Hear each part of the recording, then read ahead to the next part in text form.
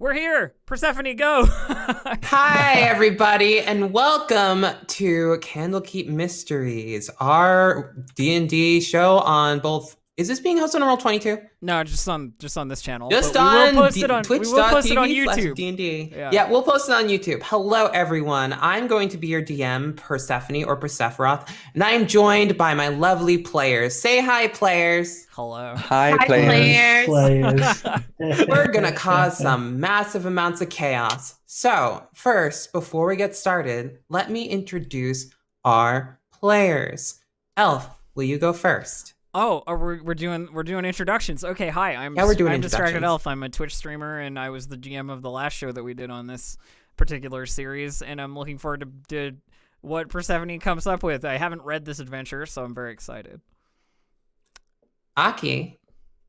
Hi, everybody. I'm Aki. I am a Twitch performer here on this lovely platform, and I do lots of role-playing games. I also develop role-playing games. I'm the I'm the community manager for D&D in a castle. Yeah, do lots of stuff, meet lots of people, play lots of games. That's me. And here you are playing yet another one. Yeah. And from there, we'll move to Drak. Introduce yourself. Hi, I'm Draconics, or Drak for short. He, him pronouns. I am also a performer, I suppose. That feels weird for me to say. I don't know why. I play teach RPGs on this wonderful platform as well. And I'm excited to play in a game run by Persephone. I've heard many great things about her Oh no. DMing style. Everyone's hyped. Oh god. I don't know what I'm gonna do. If you're going into a new D&D game, you better be hyped. I mean. Oh lord. So much pressure. Well, why don't we introduce Dave? Hello, I'm Pressure. Wait, what? I'm Dave. Dave Theodore Human. That's what the stuff stands for. And I'm also the role-playing game internet. All right. Thanks. All right. Sick. And as I mentioned, I am Persephone, aka Persephiroth. I am a Twitch video game streamer, cosplayer, and I play in a lot of role-playing games. I'm also the DM of Fast Times at D&D High. All right, everyone. Now, is everyone ready to play?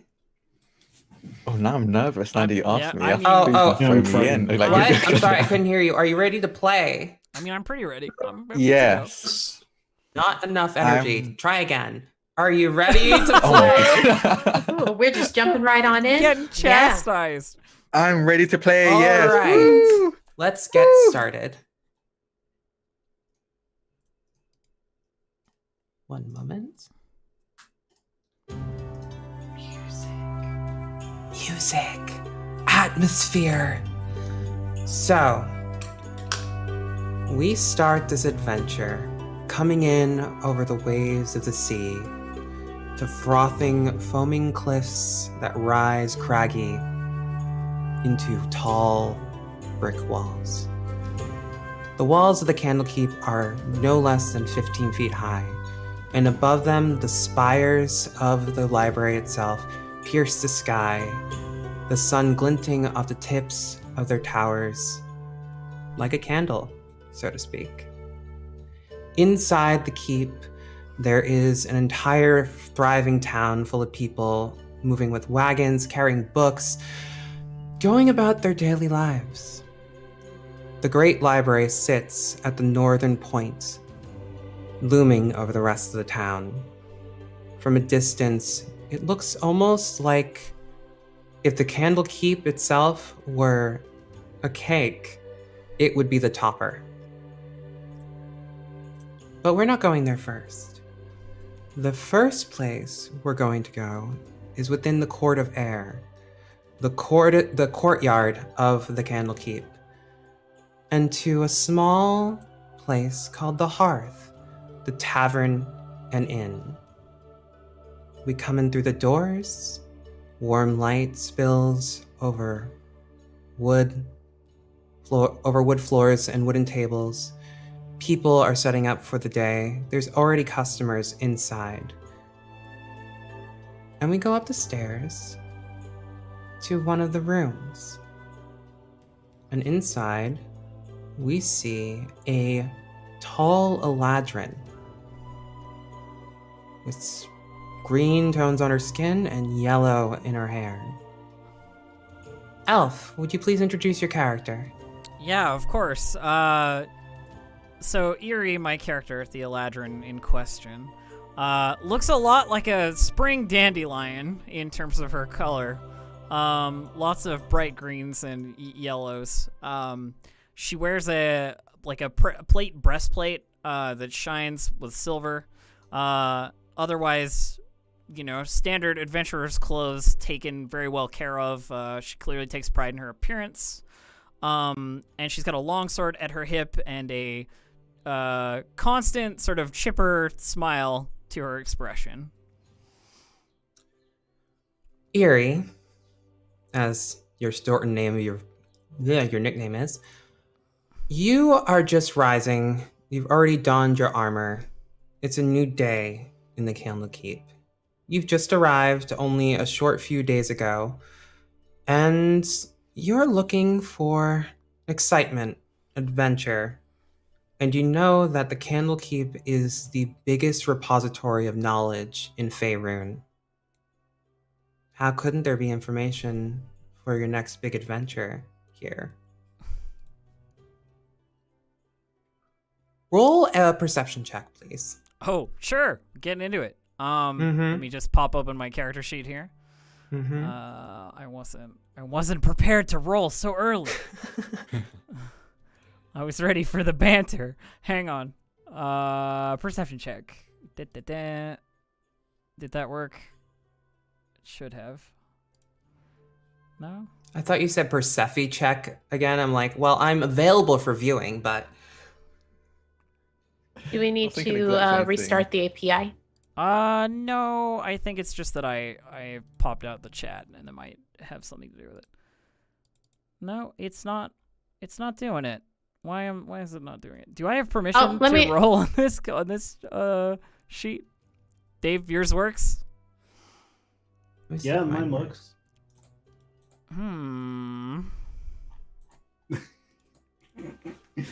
Powerful start. Well, hang on. I'll keep it rolling Mine and I'll works. figure it out. We're just gonna do this.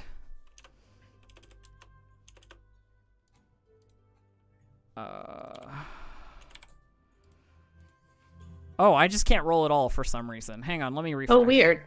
That's weird. Let me refresh. Take your time. Sorry. You want Don't worry about it. Technical issues happen. Yeah. On every stream of every kind. Yeah. Okay, let's see if I can do it now. Just reloading everything. Apologies for breaking the mood. Somebody else's intro, maybe. It's taking a while to load, so jump to somebody else. Persephone, maybe. We will come back Come back to Eerie. Yeah. in just a moment as we move to the lower half of the tavern. Sitting by the fire in a comfy armchair of red velvet is a large man. Deep-skinned with a messy mop of hair, he raises a glass to his lips and looks into the fire. Drak, can you introduce your character, please? Yes. My character's name is Greggs.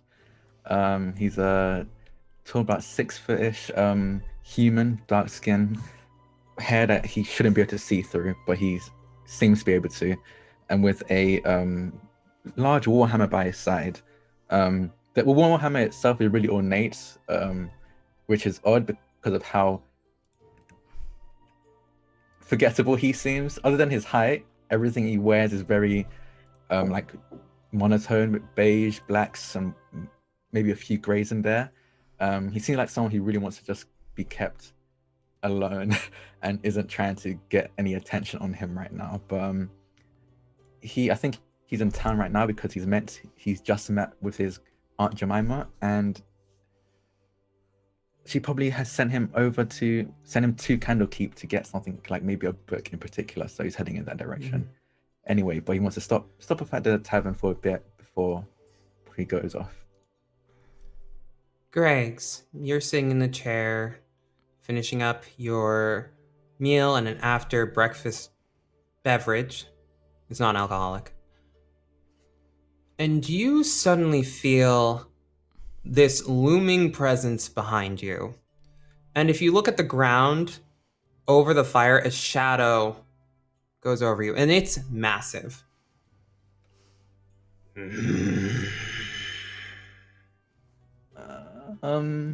It's gonna like You're new.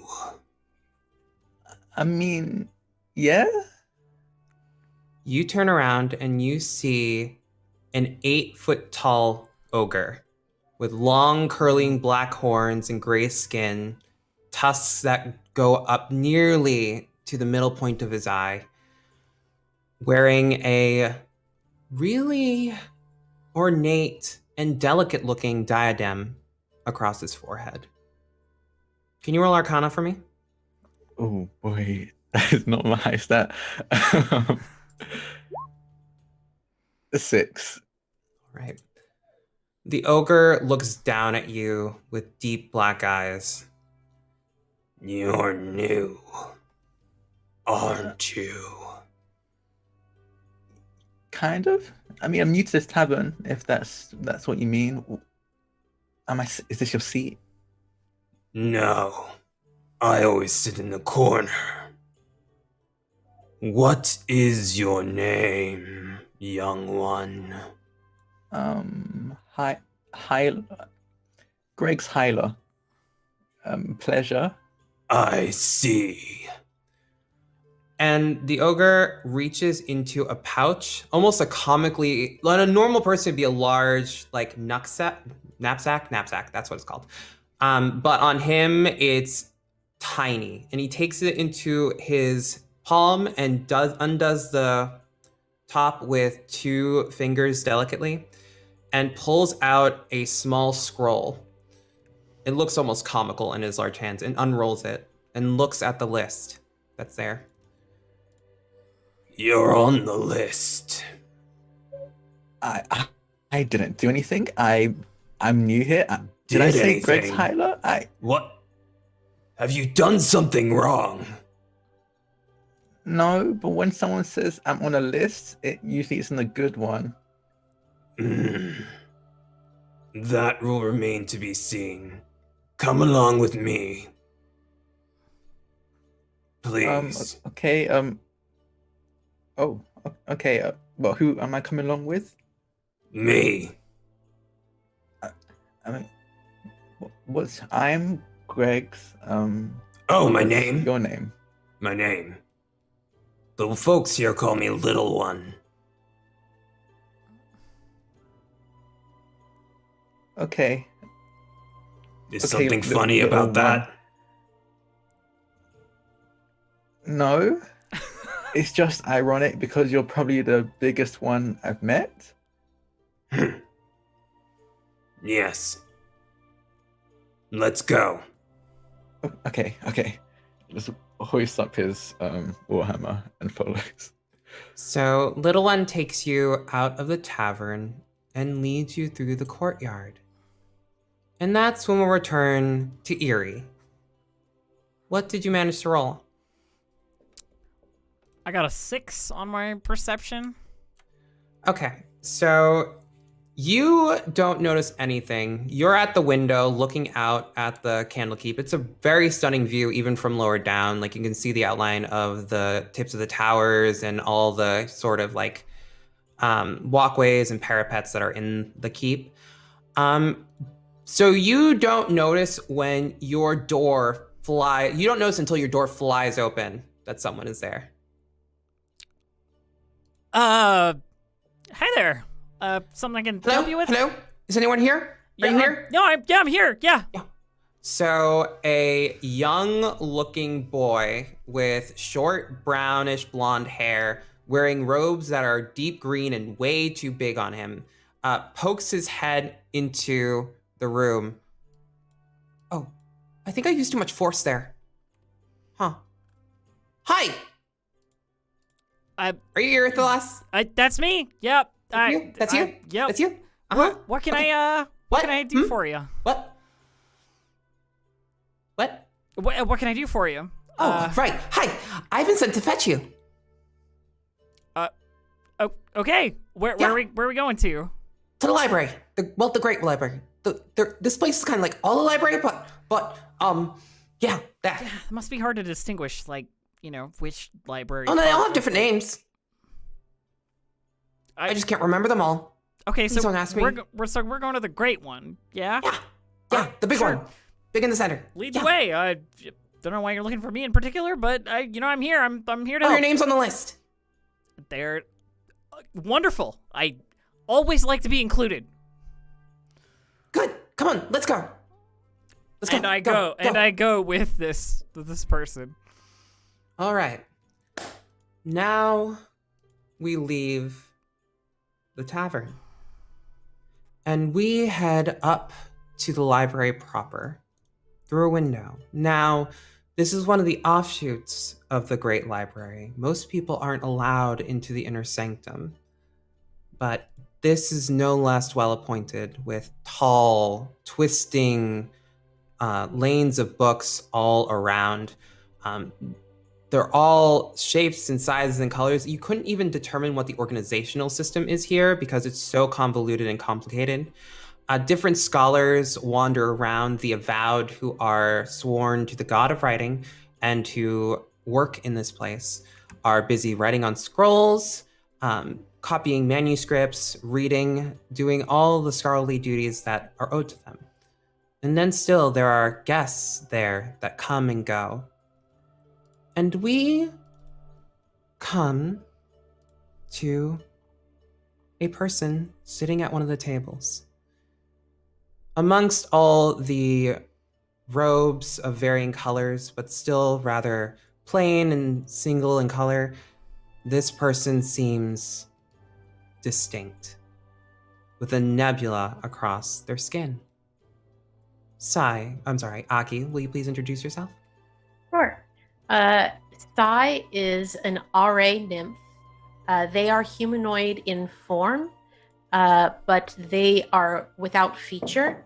Their face is not a face so much as a swirling nebulous galaxy that seems to spread out across all of their skin.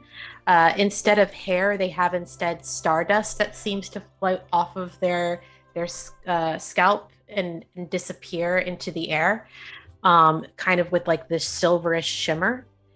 They are wearing what appears to be blue leather armor, which is then has like plants sort of interwoven into it, and the plants appear to be some sort of night blooming jasmine that's placed here and there throughout the armor.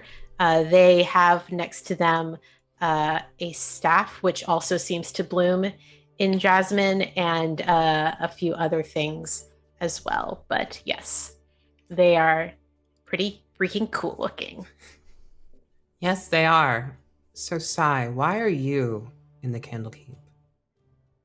Sai does not come here very often, though they have been coming here for very many years. They tend to wander for long periods of time. But they have recently come because they have seen portents in the stars and are curious as to whether or not there has been any precedent to those portents, and is doing research on that. Okay.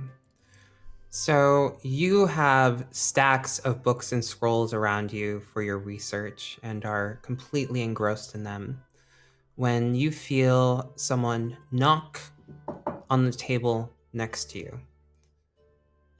Hello? Yes? Hello? Oh, Speak up, I can't hear you. Yes. What? How can I help you? Hello? Yes? Hello. Hello. So you see a very wizened human man who has one of those like old-timey hearing horns in one ear and is holding it right up to your, like, super close to your face to an uncomfortable degree. Hello.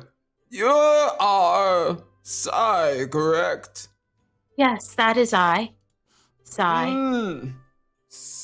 Your name is Sai. Were your parents disappointed when you were born?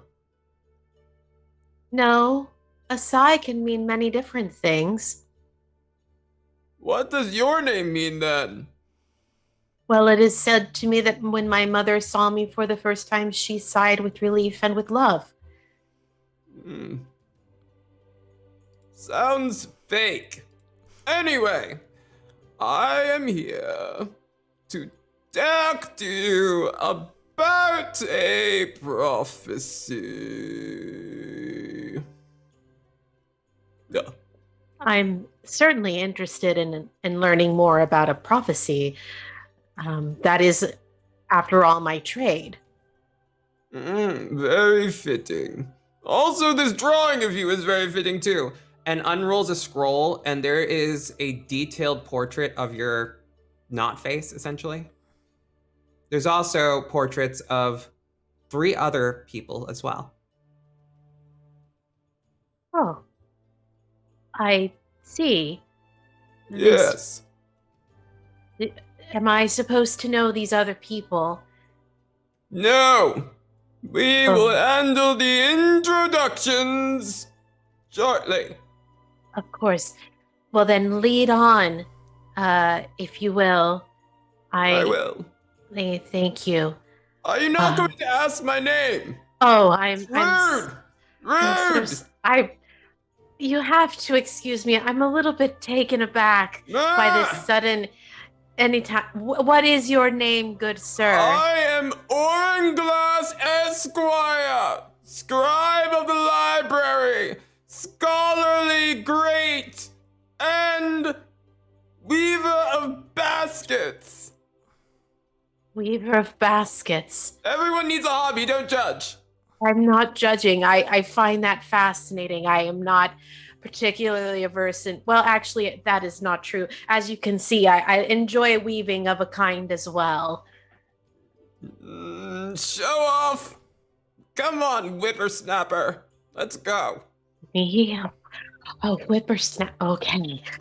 Young people these days, no respect for their elders. None. It is sure I'm 3 times his age, but okay. None.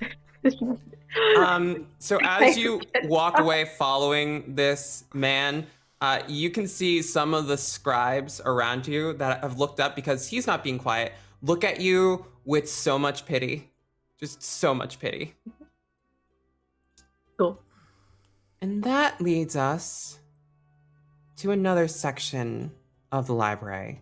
Now, saying the library is kind of a misnomer because all parts of the great library are different sections, and it includes that which is outside the building itself. So we come down to the cobblestones on the eastern side of the Candlekeep beneath a tall tower, and we see a giant mechanical being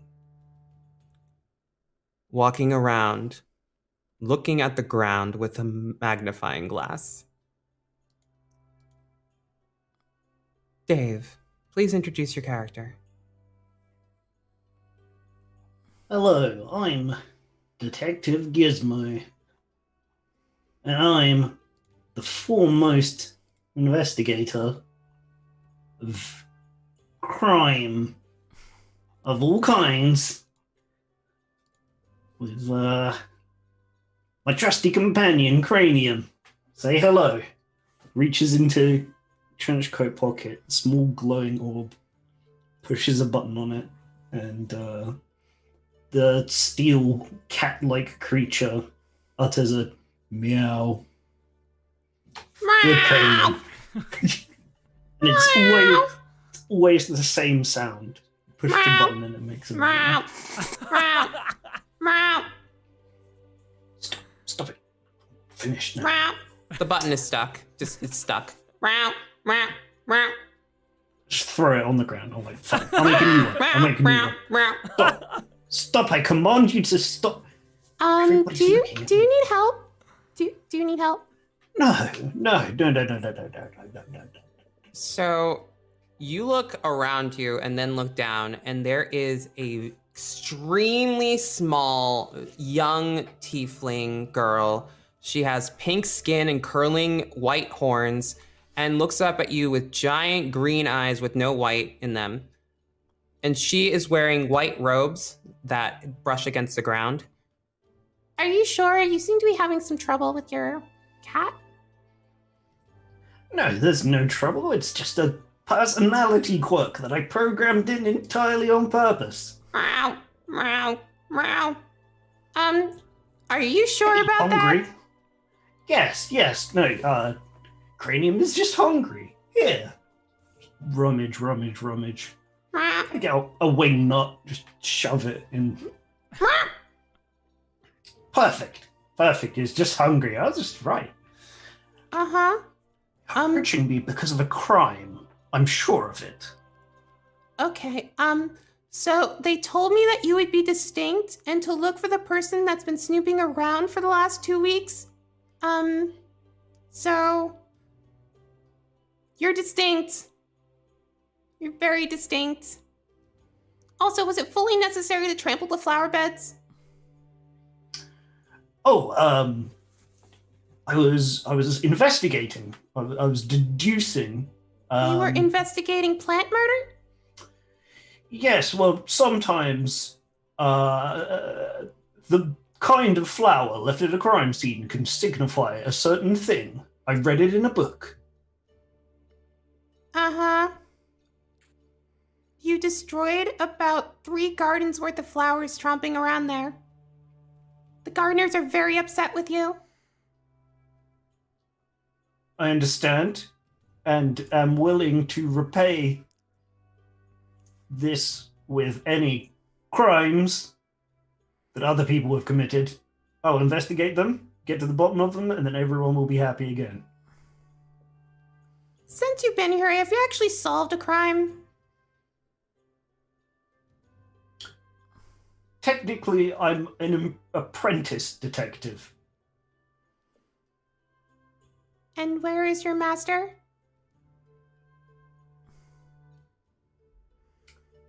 I think on a different plane. I can't seem to contact him. And I'm sure it was a mistake to leave me here on my own, unsupervised, with no crimes solved to my name. I mean, that seems pretty evident. Please come with me. Yes, no, please, lead on. Mm-hmm. Just magnifying glass. The little tiefling reaches up to grab your massive mechanical hand and starts bringing you into the library. Make sure to duck when you go through the entranceway here. It's really low down. Follow us, Cranium, and don't do any cat things. Like Roll a dexterity cause trouble. saving throw not to hit the frame of the door. Oh. 3. Perfect. Not only do you hit the door, but you slam into it, and instead of stopping the movement, the frame just crumbles, and there is a shape of your head left in the stone. That seems fine. It's important. I'm You know that property damage is a crime, right? Yes. I'm fairly certain of that. Look, Uh-huh. I'm very important, and I'll have Mhm. you know, collateral damage is sometimes in the way of justice. I'm gonna bring you to the master right now. I'm just gonna do that. That's gonna be what happens. Try not to break anything else. I'll endeavor to, unless it's necessary. It's not necessary. Please don't break anything. Right. And she brings you deeper into the keep.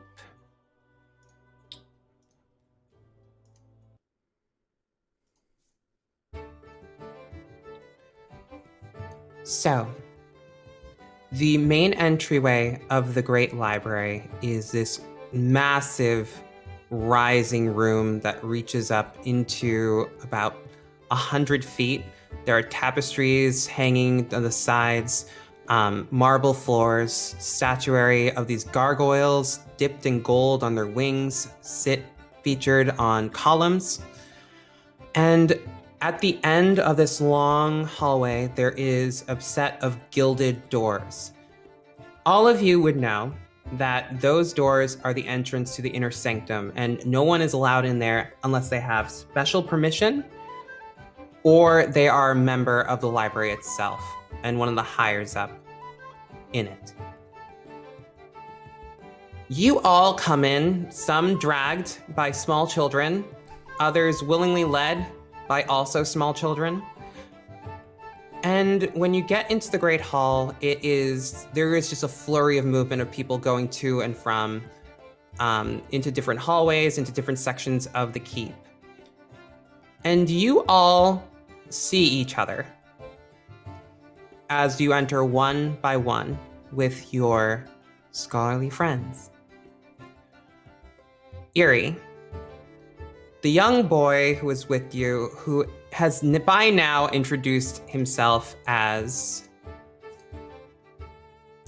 Fembris Larlancer, stops at just shy of the entrance of the hall with you and looks up at you. So, I'm supposed to bring you here, and then the master will be with you shortly. The Master Sage. Wonderful. I've always wanted to meet a Master Sage. Wise people, these sages here in Candlekeep. I'll wait here then?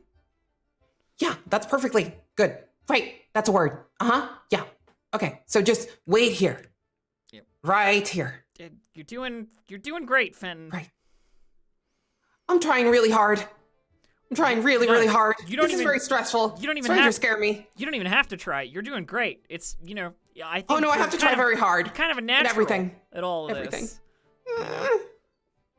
All right. So you wait here, and I'll be right back with the Master Sage. Eerie just stands like, it's like she can't stand completely still when Fenton leaves. There's like a sort of like a slight rocking, like on her heels and back to her toes, like humming, to herself about something as she waits, looking around like, but she doesn't move. She stays exactly where Fenton told her to stand. So. Mm-hmm. Greg's little one walks you over right beside Eerie, and then looks down at you. I was sent to bring you here for the Master Sage. One of them, anyway. Oh, okay. Behave yourself. Yeah. Behave. Okay. I'll Stand behave. up straight. Shoulders back. Smile. Not like that. I'm just messing with you. Have a good time. Bye. Bye. You're here for the Master Sage as well, huh? Like looking over to Greg's. Yeah. I just heard about this, but should be interesting. Hopefully they got something heroic for us to do. Wait, heroic? Yeah. What'd you think? They were just calling you to have a little chat? Honestly, I don't know. Little one is really scary. I haven't met him yet, but, I could see how you would be scared by that. 8 feet tall. It's pretty tall. Yeah, are you sure it's not like a book club or anything? Well, I just got here. I've only been here like one night, so I haven't had any chance to join any clubs or, pursue any particular academic endeavors, and I'm not really that kind of person anyway. So, I don't think so, unless they want an outsider's opinion, and she, like, runs a hand through her dandelion-esque hair, like a petal or two falling out between her fingers. Eerie, by the way. Nice to meet you. Oh, Greg's. Handshake, Oh, Are you like an adventurer? Is that a thing you do? Oh yeah. One of the best adventurers that you've ever met in your entire life, that's for sure. How come I haven't heard of you? Oh, the best adventurers keep a low profile because you don't want people just like swarming you everywhere you go. I mean, I guess that makes sense. Elminster, he got it all wrong. Like, if everybody knows who you are, then they're all gonna be like, Elminster, can you help me not have a meteor land on my house? Elminster, can you turn my sheep into gold? I actually remember that story. I fly under the radar. So if this is an adventure, I can just like 100% rely on you, right? Oh, yeah, definitely. 100%. Okay. Thank God. Okay. No, I got you covered. And she like reaches out like a soothing like shoulder pat arm to be like, don't sweat it. It's fine. And then Thank you. I was a bit nervous. Okay. I'll leave all to you. So as you two are talking, you hear what sounds like an argument, but is really just one voice, loudly scolding. Another thing, if you destroy flowers again, we will all come after you with pitchforks. Those flowers mean a lot to us, you know. Well, Well, what? You destroyed 3 doorways on the way here. Do you know how much it's going to cost to repair? I'm sure when my master comes back, they'll be able to cover it. Your master. Master. I Wait, normally don't say things like this. I really don't. I try to be a good person, but you really lack grace. I'm not sure. Is that something I was meant to be programmed for? No. If I was supposed to be graceful, I would have been made that way. Everything's fine. Okay. Can I at least trust you to stand right here and not break or move anything? Yes, absolutely. I can enter stasis for 6 hours and repair myself fully. That will not be necessary. Just stand still. Stand there. Next to those two. Okay, that's convincing. And she runs off.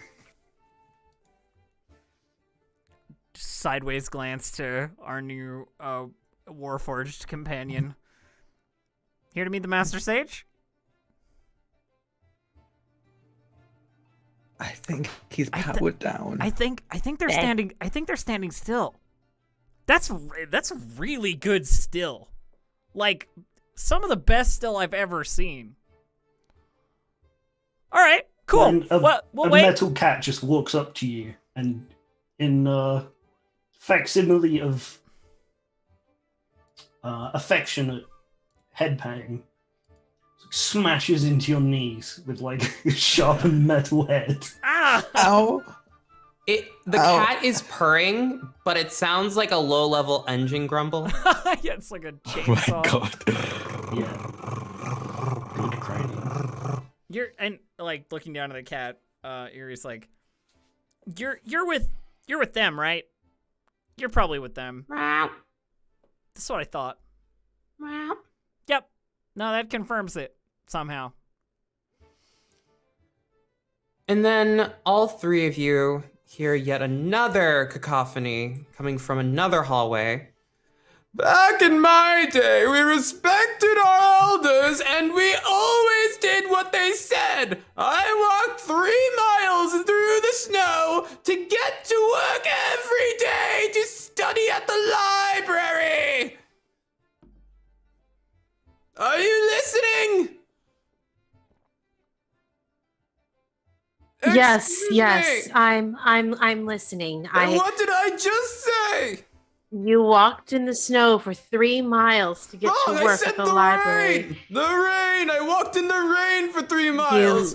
You kids said are so snow. rude. You said snow. Ugh. This is why I don't spend time around people. Are you calling me a liar? I'm calling you forgetful. I have a wit that is as sharp as a tack. I have definitely How seen dare you? sharper tacks. Ah! How dare you? You are welcome to look at my records, but I assure you, good sir, the only elder here is me. Oh yeah, I'm certain. I'm so certain. Well, anyway, you rude star galaxy person, you go over there. Of course. Thank you so much for your hospitality and your Ah! guidance. Ah! Ah! Shakes a cane at you. Please be safe on your way back. Starts grumbling under their breath, or what they think is under their breath, but is actually really, really loud. Just about you and being ungrateful and all this other awful stuff. Hello. Please excuse the noise as we came. He was upset because I forgot to ask him his name, and then proceeded upon the tirade that you heard as we entered. I am Sai. Are you all here to meet Master Sage as well? Yeah, I guess so. Eerie. Apparently. Yeah, I recognize you from the drawing I was shown of the four of us. Oh, you got shown a drawing? I was just Wait. guessing. Someone drew me? Yes. What side did they get? I am afraid I. Do you have a side you prefer? I feel like I prefer like the right side, but I don't know why every time someone draws me, they always seem to gravitate to the left. I believe that we were drawn face on so as not Oh, to no. so as to be more easily recognizable to each other. That can be an Does- unflattering angle. Does the robot speak? Not yet, but I heard them speaking earlier, but I think they're really focused on the whole waiting, standing still thing, and they were given kind of a direct, very, how would I describe that child? Forceful, sort of chiding direction to stand still, so I think they're a little intimidated, and they're just gonna wait it out. Ah, By the dear way, one. my name is Greg's. I'm not Right. intimidated. That child was just a very rude child. No, I am. I mean, you weren't talking, so I had to guess, and I'm trying to fill in the blanks for you. That's all. Oh, they do speak. Hello. I'm Hello. Sai. It's a pleasure to meet you, Tip Fedora. It's a pleasure to meet all of you. Unless they brought the three of you here as suspects. I will begin questioning you Wait, hold soon. on. Let me get out my notebook. I told little one I didn't do it. I'm afraid that's I'm what they missing. all say. I Are didn't. you? Oh. Okay. Uh, Where were you on the night of... I'm not sure what crime you did yet. Perhaps we should wait until the master arrives to delineate exactly what crimes we are being accused of, if any at Yes. all. That's very good. I wasn't tell you issued that any I can- handcuffs, I but can I tell- will stay there. Okay. Can't leave the scene of the crime. I can tell you that any crime that I have committed, I did for a very good reason, and therefore it's totally justified and okay. Alright. Just covering my bases Justified. here. Okay. Yeah, note that down. Write it. Make sure you get it down. Erie's crimes, all fine.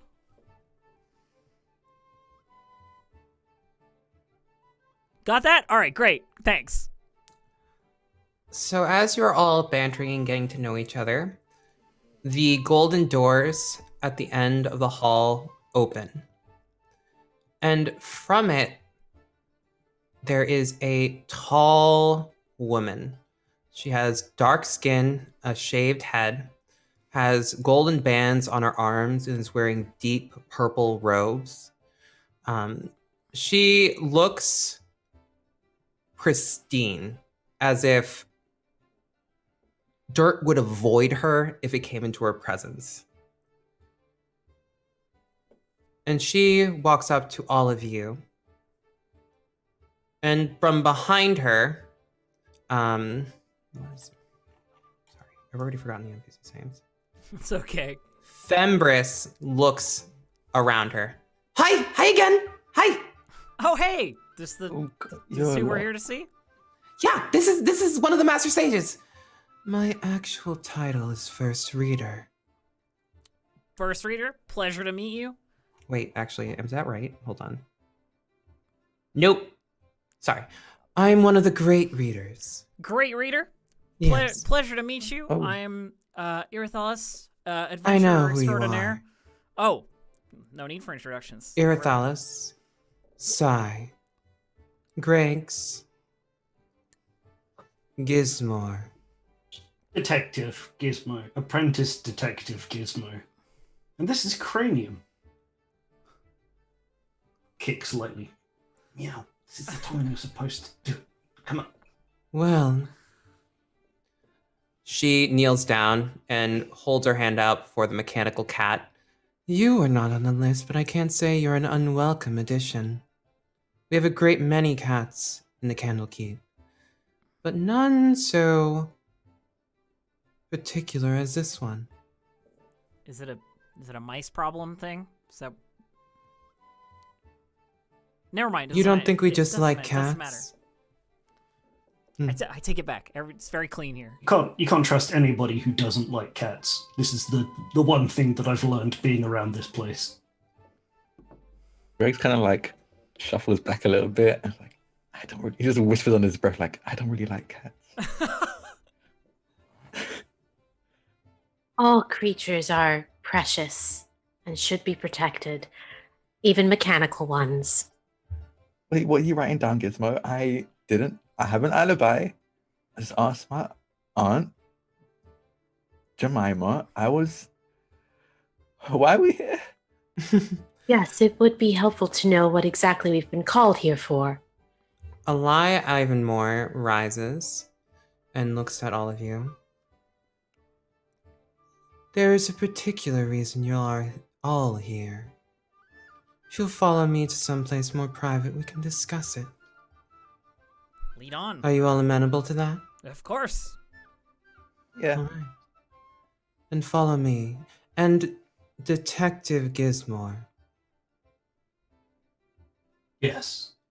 please be sure to duck if an entryway does not support your height.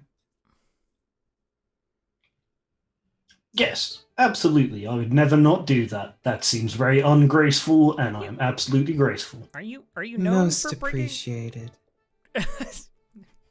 Now, Fembris. Yeah, what? I'm here. I'm still here. I know. If you could run along, I will take it from here. Are you sure you don't need me for anything? I am positive you've done well. Now resume your studies. But I could come along. Resume your studies. And Fembris kind of pouts and walks off. Take a breather, kid. Sure. Runs off. Forgive Fembris. So eager to please, but still very young. Now, come along. So she leads you through one of the side hallways to the left, and you approach a set of oak doors with 2 rings on the front. And she opens it up, and you are in what looks like a study or an office. There is a desk of mahogany wood in the corner. There's a roiling fire on the opposite side. There would be windows, but the curtains, which are heavy dark velvet, are drawn close. Overall, the room is pretty dimly lit, but you can still see. She gestures to 2 couches in the middle of the room and tells you all to sit. Eri Yeah, flops herself down onto a couch. Greg takes a seat and like the moment he sits down, he like tries to make himself as small as possible, so he's kind of slouching over with his like knees together in his hands. I'll sit right next to Greg's on the end of one of the sofas, and there's a horrible creaking as if wood is about to split, but manages to hold, just for now. Sty actually doesn't sit, but not out of like like impoliteness. They just seem happier to stand. They sort of tuck themselves up next to one of the sofas or chairs, and kind of leans on their staff. Oh, if there's a whole sofa free, Erie's definitely like lounging more than sitting. Just flopped across it like, all right, so what are we here for? There is a minor prophecy that has been in our care for quite some time. It lists a number of individuals with detailed renderings of their faces, saying that they would be the key to solving several Crimes. mysteries, so to speak. You are the first 4. I do like being named in prophecy. A very heroic sort of thing. I would not jump to call yourself a hero before you've proven yourself.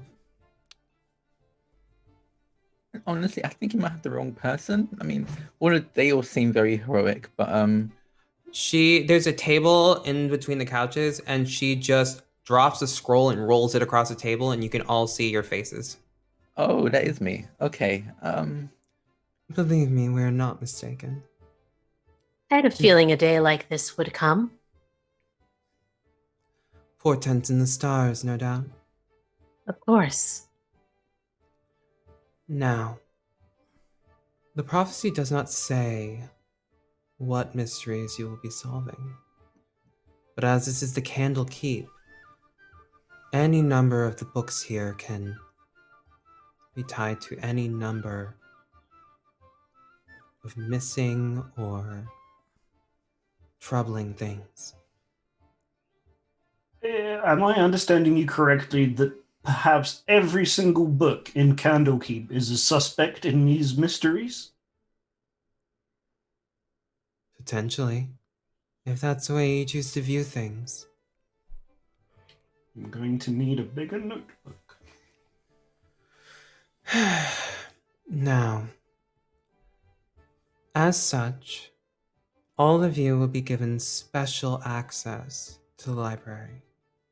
You'll not be given access to the inner sanctum, but you'll be able to go wherever you wish. Though remember, no book can leave the Candlekeep without permission. Although I suppose you could try, see what happens. Furthermore, there is something already that I'd like you to look into. She raises her hand, and from behind one of the closed curtains comes a swoop very rapidly, and a raven falls on her outstretched arm. Oh my god. You seem troubled. No, I'm good. I just didn't Something see that wrong. coming. Well then, this little friend is a visitor. A very troubled visitor at that. Sai, please roll insight with advantage, because you're a druid. I do that.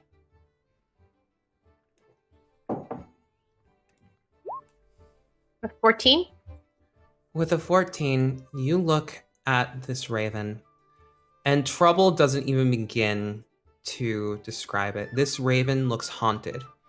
It shifts from side to side on the Great Reader's arm and looks really uncomfortable even being next to a person, never mind on top of them, but is still staying put regardless.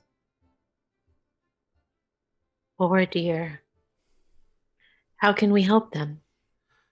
This little newfound companion of mine brought with them this. And she reaches into her robes and produces a small 8x6 black book. I'll show you in just a moment.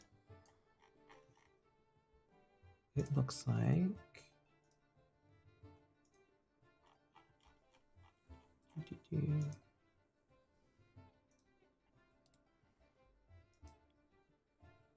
Go.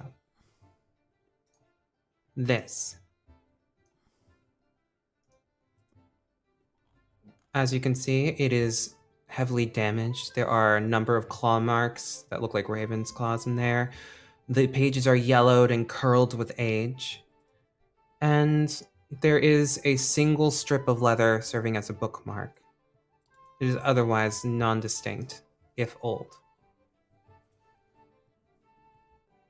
Ah, so you would like someone to investigate this book? Not to worry. That's exactly what I've been built for. Now, let me touch this book. She holds it away from you.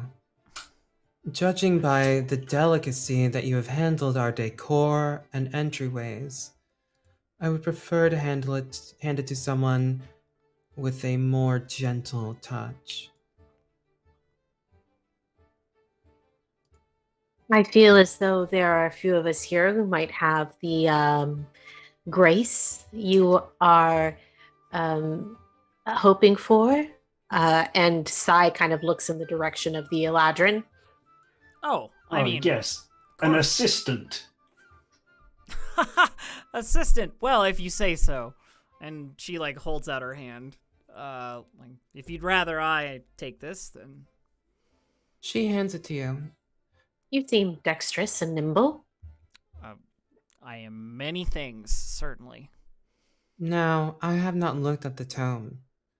It seemed too opportune that all of you would be here on the same day that this showed up. Feel free. And Eerie sort of opens up the book to like look through it now that she has it in her hands. So, this book has no title, and when you look into it, it is actually a journal. There's no name inside anywhere, and it's written in this messy script. You're not sure if the script itself is messy or if it's just so water damaged that it's been blurred, and it's somewhat hard to read, but it is written in common. When you skim through it, you see that this is the journal of someone who was traveling through Faerun. And it details a encounter with the Vistani. Now, specifically Eerie, roll a knowledge history check, please.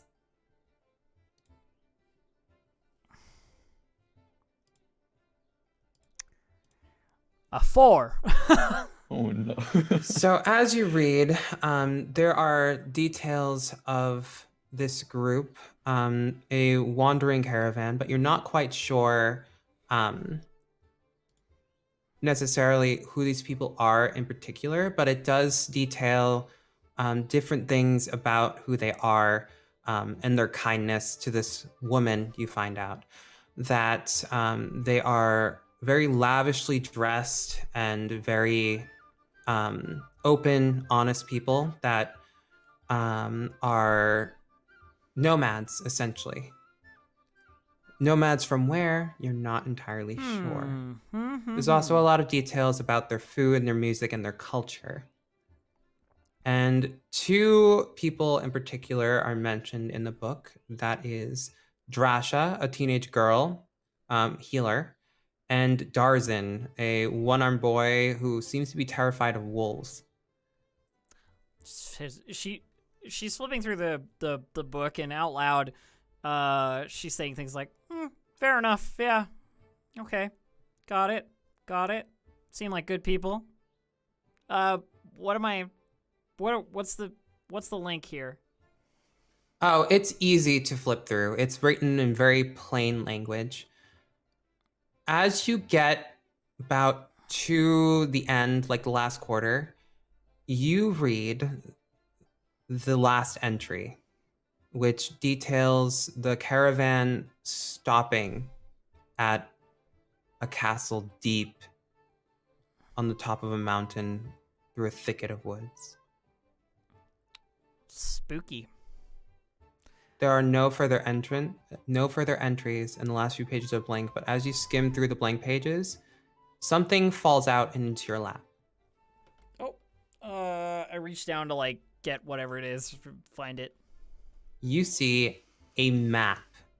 And I will show that to all of you here. A map. A clue. Well found, assistant.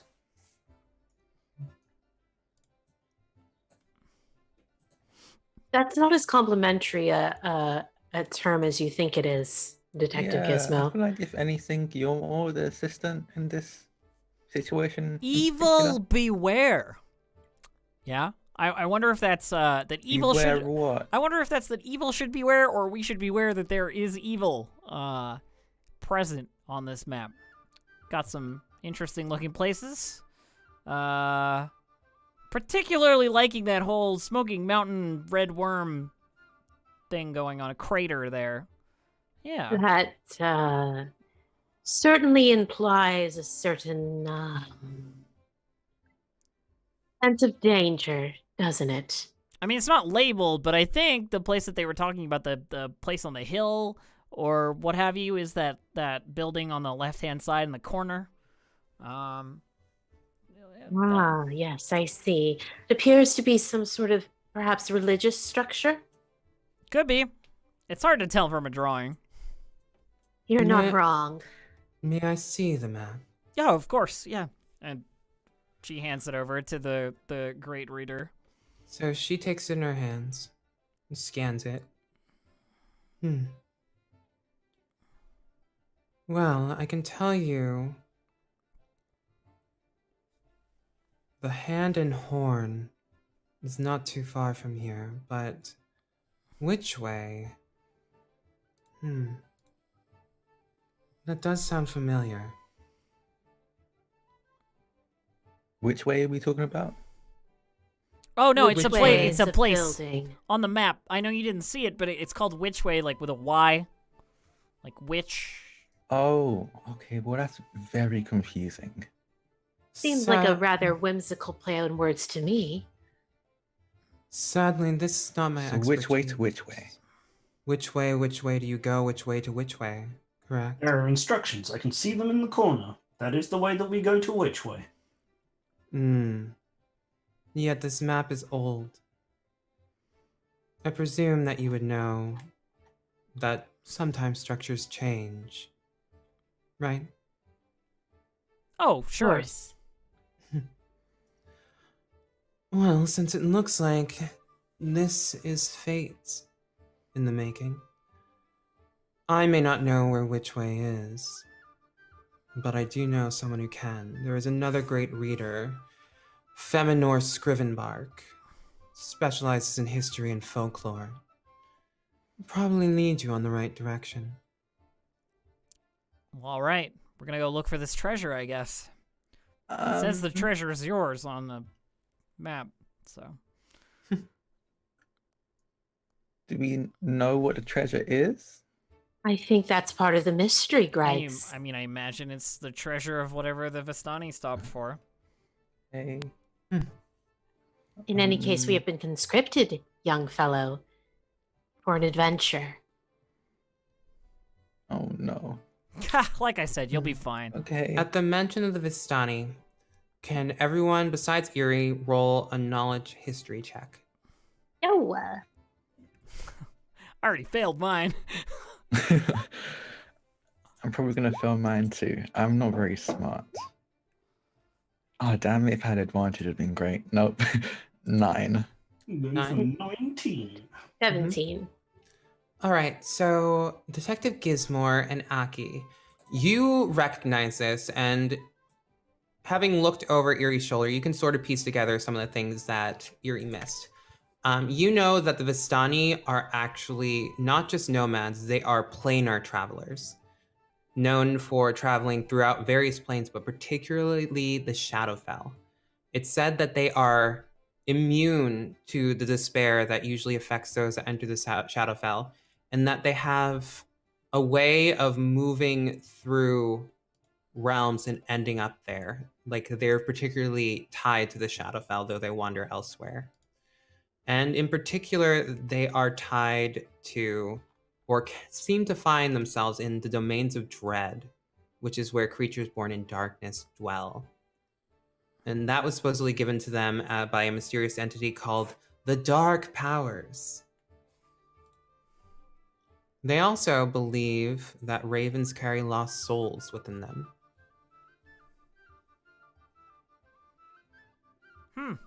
Fantastic. Sai begins to relay this to both Erie and Greg's, and probably stops to allow Detective Gizmo to also put their expertise forward as well. So The two of them can perhaps- just fill the gaps in for each other. One theory that I have, a raven being a bearer of souls, is that the treasure itself is someone's soul. Are we Or just? some sort of reliquary for several souls. We won't know until we get there. I was gonna say, are we just guessing stuff? We could just go see the great reader who knows these things about where we're going. Okay. It's not a guess, it's a theory, and we will test it by going to the place on the map after following the instructions to a place that might not exist anymore. Excuse me, I hate to be pedantic, but technically, if a theory does not have a proven basis, it's a hypothesis. I remember hearing that actually. Yeah. Which is just another way of saying guess. Hmm. In any case, the days grow short, and we should go on. Do not take it too hard, Detective Gizmo. You did say you were an apprentice. This sort of terminology is still something that you are learning, and that is okay. Actually, it was a test to see whether you were all suitable as my assistants. And young Greg's here passed with flying colours. Well done, Greg's. Thank you. Do I get anything, or was that just like? Possibly treasure, but we Reach must get into moving. into my greatcoat, produce a second fedora. I'm okay. I'm good. I'm okay. All right. Yeah, I get really bad bed hair. Well, hat hair, I guess. Usually, So the great you reader. can find him in one of these study rooms, Right. Study teaching rooms. students. Feanor Scrivenbark, right? Feminor Scrivenbark, Feminor. actually. Feminor Scrivenbark, of course. Well, let's go. Everybody. Anything else for our Yeah, lovely great reader here? Do be Thank you very careful. much. You're most welcome. Quick question: Mm-hmm. Is this like a thing with like? Is this like a life or death kind of thing going on? Like, if we don't make it, what happens? Oh. Well, I mean, the prophecy does say you will all die. Oh, That was a joke. oh. God, you always keep doing really. These jokes aren't really funny. They get my heart like beating really fast. I don't really like. A joke for me is like, hey, this is chocolate cake, but then it ends up being like I'm like strawberry instead. That's a good joke. That's like a good Is it? joke. I like think a people prank. who are allergic to strawberries may disagree. I didn't think about that. I unfortunately do not know. The prophecy only details that there will be several individuals, and you four are not the only ones, that will pass through the keep to take care of some mysteries. Let's I go. say prepare for the worst that you can imagine. Oh. Oh, I'm always ready. Oh, okay. Do not I'm just gonna leave it all to Iri. Do not worry, Greggs. I believe that you will find that you are much more skilled than you currently believe yourself to be. Ooh. Now I have pressure to live up to the expectations. Oh, that's okay. not about expectations. That's about what is factual. Oh, Erie, okay, that's even Erie more pressure. stands from the couch and like dusts herself off in a very okay, I'm going fashion. Yeah, Sai will follow along behind fairly directly as well. And they kind of and it's interesting because they have no features, but when they speak, it's almost as if the stars that make up the nebula of their face sort of move in tandem to their words. Love that. And you see a couple of the stars move in a way that kind of is indicative of like a wink towards Greg's as they like head out of the room. Right. We're looking for Scrivenbark. Mhm. Study rooms. Let's make our way. So, the great reader, Eli, gives you directions to head down the same hallway that you're in and go up several sets of stairs. And you arrive at a row of classrooms. In one, there is a small halfling with wispy but very long white hair on a step stool. Doesn't seem actually that old, just their hair is white. And they are wearing green robes and have a small starred cap with gold on their head as they teach a class of about 15 students. And today we will be going over the history. Oh! I'm just gonna like knock on the door or the door frame. You know, Yes? trying not to interrupt too dramatically. Can I help you? Yeah, sorry to interrupt. We're looking for Great Reader Scrivenbark. Is that I am they. Yeah. wonderful. We were told you might be able to help us with something. I mean, I don't want to interrupt your class here, so we can wait, but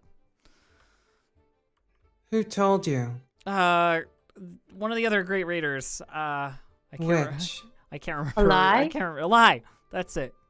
So in an instant, Scrivenbark looks at the students and claps their hand twice. Class, you're dismissed for now. Do keep up with your studies. We'll have an examination shortly. There's a bunch of moans from the students who look very young as they start to shuffle out of the room. You may come in. And As they're walking out, as the students are walking outside, is just kind of saying very quietly to themselves, pass, ooh, fail, pass, pass. It's just like Erie walks up to like the desk or what have you that Scrivenbark is behind. And sets the book down on the corner of it and says, "It's to do with this." And she digs around for a pouch and pulls out the map. And this sets the map down on top of it. We were told you might know the way to which way. At that, Scrivenbark's eyebrows raise. Why would you want to go to which way? Prophecy, fulfilling, destiny, heroes. I mean, what more do you need? Oh, that sounds so contrived. Looks down at the map. Oh, this is old, isn't it? Apparently very, yeah. Do you know anything of the history of Witchwood? Or which way, rather? Nope. none of us have ever been there before. Though I have wandered far and wide on my travels, which way has never ended up on my way. There's a good reason for that, actually. Which way was destroyed by monsters? Oh. Century or two back? Oh. If there's anything remaining of it, it's ruins. Well, if Ruin? if we can find the ruins, we can still follow the map. We're actually not, Question, you know, are the monsters that did the whole, destroying thing, are they still gonna be around, or did they kind of like move on? You never can know with monsters. Oh. Oh. So they pull up a tab on the map that seemed to be folded over. And this is not on the map itself, but, well, actually it is on the map. So you see that there is an arrow connecting and pointing downward, and it matches an arrow that's at the bottom of the map leading up to that house that's in the bottom left-hand corner. I think this is actually a map to this area. Yeah, the idea is we're gonna find one landmark and then make our way through the rest. I figured the town was the easiest. I don't recognize this place, and there's no title to it. I don't believe there's anything. All that remains beyond Witchwood is wild forests and mountains. Worth a look anyway. If there isn't anything there, then the worst thing we've done is go on a grand traveling adventure. And those can be fun in their own right. But we were requested to take a look on behalf of one who is deeply troubled. One who is deeply troubled. Sai describes the raven. Wait, I we're talking about a see. raven. I thought we were just a raven. I thought we were talking about the Great Reader. Well, the raven is and Sai kind of explains that like they had taken a read of the raven and the raven had been troubled and like kind of explained like what they were able to Oh. gain from insight. So they actually explained their insight check to the rest of the group. So they're like, they have context. Oh no, that raven was deeply troubled. There was something very wrong and they were not comfortable. Whatever is happening is affecting them greatly. Did There's this some sort of imbalance. Did Sounds this like map come from this book? it fell out of it when I opened it up. Yeah. So they pick up the book and flip through it. Vistani.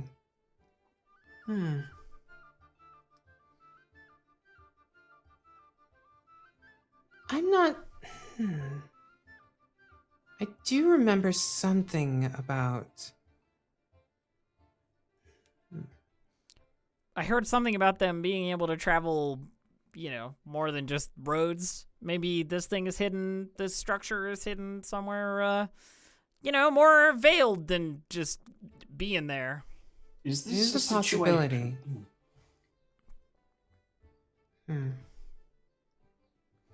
Well, I would prepare for all sorts of illicit creatures, honestly. Always And I prepared. do vaguely. I'm sorry. Oh no, please, go ahead. I do vaguely remember a story involving ravens in that area. But But I wait, we're in couldn't the place library. Could we just look up and find a book, right? Is there a book in the library about it? About which way in the area? I mean, which way? Or maybe the ravens, or the book, the story you're talking about ravens. That sounds like it could be a book. Let me think. Like, if we want to read and stay here for a bit longer and read, I'm not going to say no to that. I believe this may be a situation in where we speak to a witness and they pretend that they know less than they do. And in order to get that information, we provide them with a bribe. Well- That seems like an extreme tack to take. Great reader, is there bribe? anything? Really? I have an object which can make different colored lights. I am a great scholar of the Candlekeep. I require no bribes to assist you on a mission that one of my own has assigned to you, and I would hope that you would keep such uncouth talk inside your own head where it belongs. Am I clear? Sounds like you get I in think trouble. so. Yes, I understand. Puts the shiny box back in the trench coat. There are situations where that would have worked. Just For not this certain. one. Yes. May I suggest not mentioning that you're about to bribe them in front of them? Yes, that was the point I was going to make. Subtlety is very important in the work of a detective. In front of A detective. As it so happens, I do believe there is a manuscript in one of the sections of the library that does detail the topography of this area. Brilliant. Could you lead the way? I don't really understand how everything is organized here. Absolutely. Follow me. Thank you. And we do. Scrivenbark leads you out of the classroom. And with that, we are going to take a brief break. How long are the breaks usually? Like 5 minutes, however long it takes us to get back. We'll be back in a Cool. little bit, friends. We'll be back shortly. So don't Thanks go. so much. Don't go anywhere. Welcome back to Candlekeep Mysteries, where we're starting an adventure. Woo! Indeed. That sounds very spooky. Okay, well, I guess That Greg didn't says sound reasonably scared. spooky. It's- This sounds spooky. Okay, yeah, no, that does. Are you sound spooky. ready for an adventure? Always ready. Okay, I'll stop messing around. Let's get back into the groove. So, Scrivenbark, it leads you back to actually where Sai was when we first introduced them. This one section in the library. There's many. There are books everywhere in the library, and each room looks different. But this one's your very classic like library. The only difference is that the bookshelves like wind and turn throughout the room, almost like they're serpentined or squiggles. And Scrivenbark, who is, as I said, a halfling, so very tiny, marches over to a particular stack of books. And I do mean stack because alongside the bookshelves, there are actually just stacks of books just lying everywhere, as if there's not enough room to put them away. And starts to actually climb up one of them. Oh. Ooh. Gets Up the about ladder? midway up the stack and pulls one book. The top of the tower doesn't fall, surprisingly. And they climb back down. Brilliant. You don't get to be where I'm at without knowing how to not topple bookshelves. Anyway, this book should help. It's about the topography and culture of that area. Hands it off to Yuri. Oh, I'm carrying this one too? All right. Takes the book, like... Well, you were the nearest one to me, Gathers so... up the other book from the table and the map. Thanks for your help. You're welcome. Do remember that you can't remove that from the library. Oh, sure. Yeah, we'll take a quick look and we'll put it back. What about this one? The holds up the book that Raven gave us. Is that library removable? Because we kind of need to go to a place, and I assume that place isn't here. So I doubt that the map is tied, but the book likely is. Right. Well, we'll figure it out. Either way. Would you like me to memorize the contents of the book for you? I'm sure. Yeah, That's something you can do? I didn't know that was a thing you could do, but great. Hands over the two books. Is this in fact a thing you can do? No. I mean, we're not gonna doubt it. No. I'll let you roll. Okay, roll. Just Investigation, an intelligence check with disadvantage. If you get I'll be nice and say an 18 or higher, you will memorize the contents of this book. I'll be nice, 18 or higher. Easy roll. I could have made it higher than that. No, that's very true. Watch this. Easy game. Not quite. Oh, that's a 12. Not quite. Oh. You do not memorize any of this book. Can I you roll an tell us? insight? Can I roll an insight to see really fast, like whether or not Sai picks up on the fact that Detective Gizmo Yeah, is but not... we'll make it contested. Okay. Gizmo, can you please roll a deception check? Absolutely.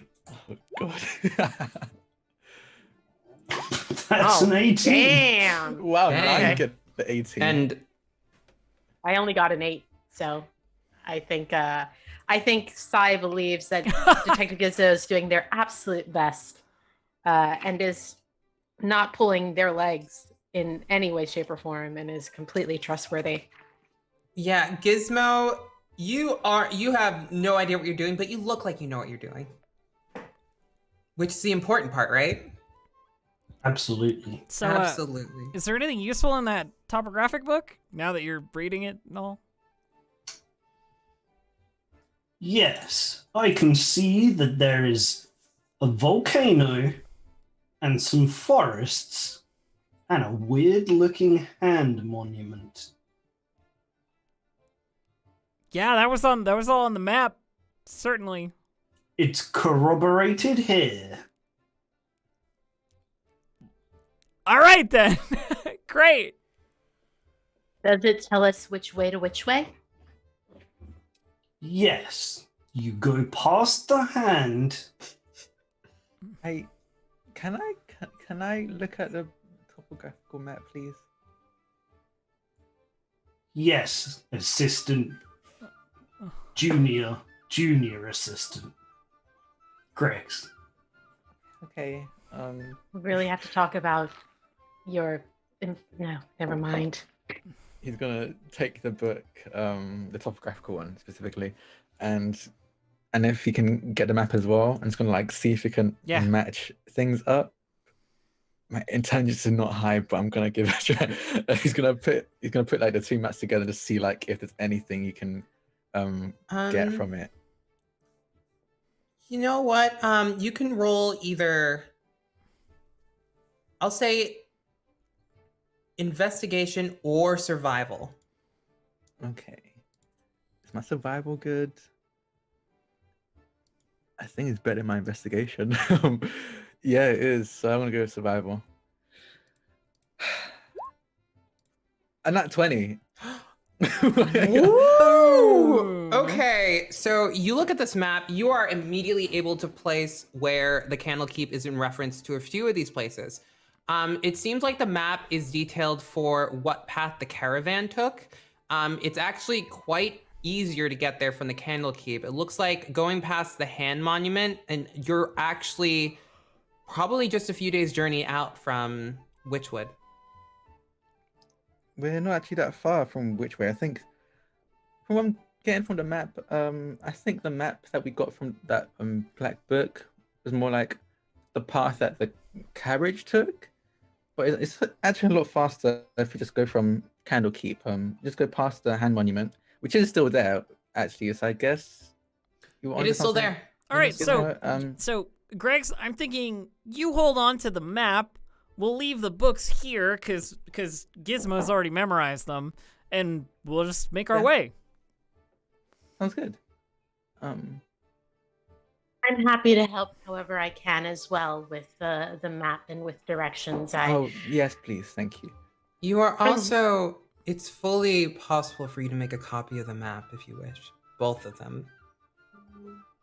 I think Sai will do that since that's kind of in their wheelhouse. They will.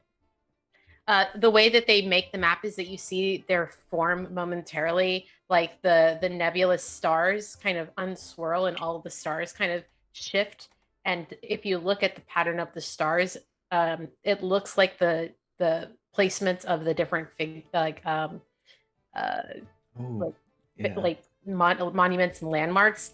And then it swirls back into their nebula, and then they like draw out a map on a piece of paper. But they basically internalize the map before externalizing it. That is such a cool description that I am just going to say you do it because I want you to do it. So I won't make you roll for that. Oh, but it was very cool. Thanks. I'm having a lot of fun with this this nymph. It's very, very cool. Mm-hmm. I've got more stuff up my sleeve that I'm excited to show you. So you make a copy of the map. Gizmo memorizes it. And Greg's manages to translate. So now you know that altogether through this, it's about a 4 or 5 day journey to get actually to Witchwood. You know that the area is heavily forested and it is on a mountain, but the mountain leads up in a gentle slope towards the top. So it looks like you're just wandering through higher elevation, progressively forested wood. You also know that the hand monument is actually not necessarily a monument. It's actually just an eroded, like, natural formation that looks like a hand. So there's nothing, the only thing that's descriptive about it is that It's a natural formation. It's not actually like some place of like historical value or anything like that. Oh, okay. Well, I see it. I see it. Kind of like holding the map, and then looks up at the monument, and just keeps going like, yeah, it looks like a hand. Not bad. Yeah. No, I see it. Same. All right. Let's prepare for a journey. Don't forget, as you're organic creatures, you're going to need some food. Yes, that, I mean, of course. I Try have not to ration. forget that.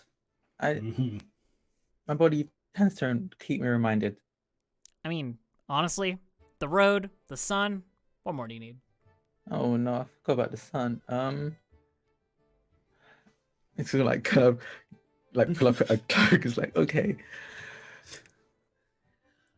How would you all like to prepare for the journey? Ooh.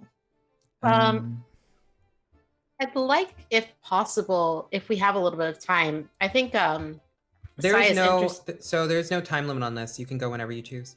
Yeah, Sai is kind of interested in perhaps trying to converse in some way with the Raven. I like kind of get more information, either by way of simply through animal handling or some other like speaking to it in druidic, that kind of thing. I don't know.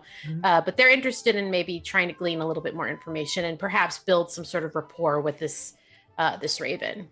All right. If he let Greg's know, he would want to help out as well. Of course. I think Sai is beginning to see that Greg's is somebody who's in need of a little bit more encouragement and maybe a firmer hand. And so they kind of pull Greg's under their wing and invite him along. Okay. All right. Yeah. Okay, we will get to that. But Eerie and Gizmo, what would you like to do to prepare? Just so I know who everyone is, and then we'll go through it in order. I think Eerie, just like, despite her cavalier attitude about needing only the sun and the road, she also does need food, so she probably goes to buy a whole bunch of rations from, like, the local supply shop, if there is one in Candlekeep. So there are a few stores within the Court of Air where people that are local sell their goods, like, vegetables, farmer market style, other things. There's also a granary. And you can also get provisions at the tavern itself, too, which is the heart. Wonderful. The other thing that she wants to make sure she has is a grappling hook with plenty of rope, because adventurers need grappling hooks and rope. So. Do you already have an explorer's or a dungeoneer's kit? I do not. Okay. So you can definitely we'll role play through you getting that stuff. Yeah. And Gizmo. Gizmo's preparations are kind of artificer based. I infuse the items that I'm planning to use, which are going to be. I'm going to have a lovely little bag of holding in case we need to hold things.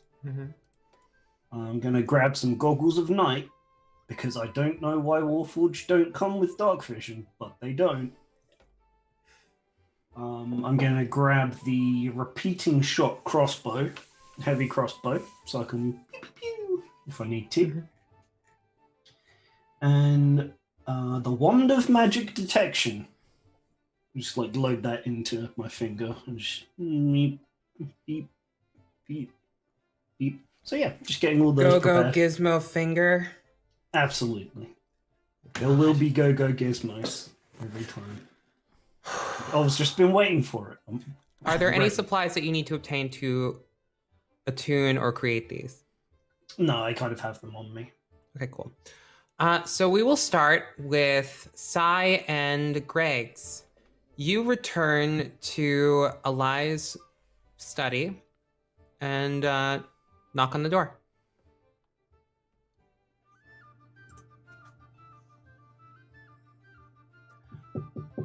I'm coming. And Eli opens the door. Ah, Can I help you with something else?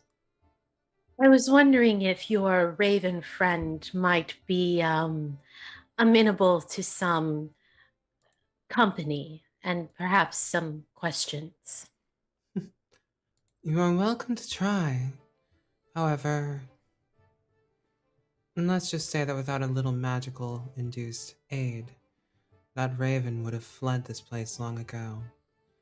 So do be careful. Of course. I appreciate your wisdom and your guidance. Please enter. I kind of nods their head in the direction of the room and walks in. Yeah, Greg follows. Again, just like trying to be as small as possible, despite he's like 6 foot something at this point. Just like, hi. So the raven sits on the edge of one of the couches that you were sitting in before and is very twitchy. Both of you roll an arcana check, please. Not my best stat. 19? 6. Okay. So, Greg's, you have no idea what's going on, but Sai, you can feel sort of like the energy of the room, and there's definitely like a calm emotion spell on this raven, but it's only working so much. Clearly, the raven is extremely agitated. What would you like to do? Sai kind of takes a seat not too close to the raven, giving it just enough space so that it can feel comfortable, but kind of sits cross-legged across from it and kind of like peers at it for a moment, sort of at first sort of mimicking the raven's gesture. So if the raven cocks their head, then Sai does so as well, and like sort of like imitating and sort of mimicking the body language of the bird first to sort of make it feel more comfortable, and then slowly in the druidic tongue they kind of speak in like kind of low tones, first sort of introducing themselves to the raven, and then you appear to be agitated and afeared. I know you can't communicate with me directly, but I do want to reassure you that we are going to do everything we can to help you. But any additional information that you could potentially show us would be helpful. Are there more of your kind in the forest that we must be aware of? Roll persuasion with disadvantage. Can I do something to counter that disadvantage, please? Do you want to get the help action? Well, yes, because I have an ability called, because I'm a barbarian of the beast, I have an ability called Speech of the Ancient, which gives me, I can talk to most beasts, basically. And I have one of the languages I can speak and understand is giant eagle and giant owl. And I know they're not, I feel like there might be some similarities between the bird languages. So would I be able to use, that's like, hey, like words of calming, other than not just a spell, but like actual verbal. Like, hey, we're here to help. You know what? I'll allow it. We can work with that. We can work with that. They're birds. So he kind of like sits down, like almost like a dog, sits down beside Sai, and in a much deeper voice than he's ever had, starts speaking in a, not really speaking, it's just like hoots and twitters of a bird, as he's trying to help calm. Sai raises a nebulous eyebrow in Greg's direction and kind of gives a nod of approval. Change that roll to advantage. Okay, cool. And we'll get back to Greg's in a second. Only an 11. Boo. With an 11, you do not succeed in calming the raven, but does not seem to be any worse. However, Greg's ends, Sai. Please roll a wisdom saving throw. Ooh. Oh no. Okay, wisdom saving throw.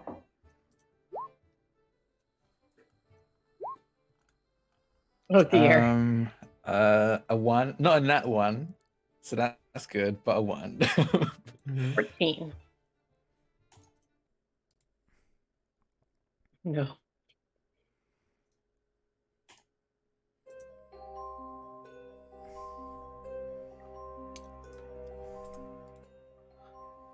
Sigh. You feel some part of you being pulled to the raven, as if it's drawing out your spirit from your body. But then it snaps back to you like a rubber band, and you sort of move backwards with the force of it. I think like he lets out like a dog like yelp as he like almost tumbles backwards. No, that was Sigh. That was Sigh. Oh, sigh. We'll get to you. Oh no, wait, I actually failed it, didn't I? So okay, cool. Greg's. You look into the raven's dark eyes. It's like looking into a pool of black mirrored glass. And in a moment, the study is gone. And you're sitting on a layer of grass. It's gray with disease. The trees around you are skeletal and black. Storm clouds roll over your head. And you hear the metallic tang of a shovel digging through earth over again. And then the raven is there. Its wings start to grow and spread. Its mouth opens up in a silent scream and starts to stretch and move. Black eyes become green. Raven's wings and feathers turn to long, dark braids. And then a girl looks at you. Gray of skin, almost suction cupped to the bones of her face. Help me. Oh, Help me.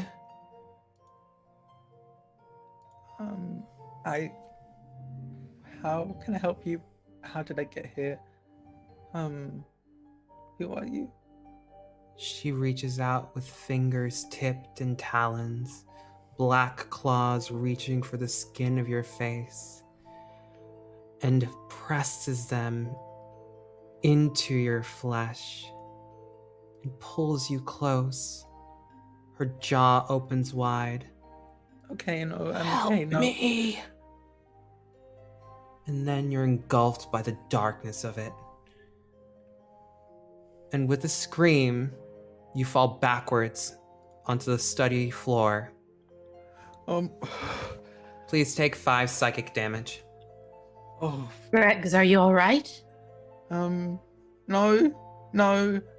I'm not okay. I'm not right. No, What happened? no. It's 'cause, like, The it's pointing raven the looks raven. at you, does not blink, but its beak opens. Nope, I'm okay. He's just so back and just immediately, the moment the beak opens, like he just immediately scurries out of the room. I believe perhaps we have intruded on you quite enough, dear raven friend. Please excuse us and forgive the intrusion. And Sai kind of stands up slowly and nods to the great reader Eli and then also exits the room. What did you see, Gregs? Um,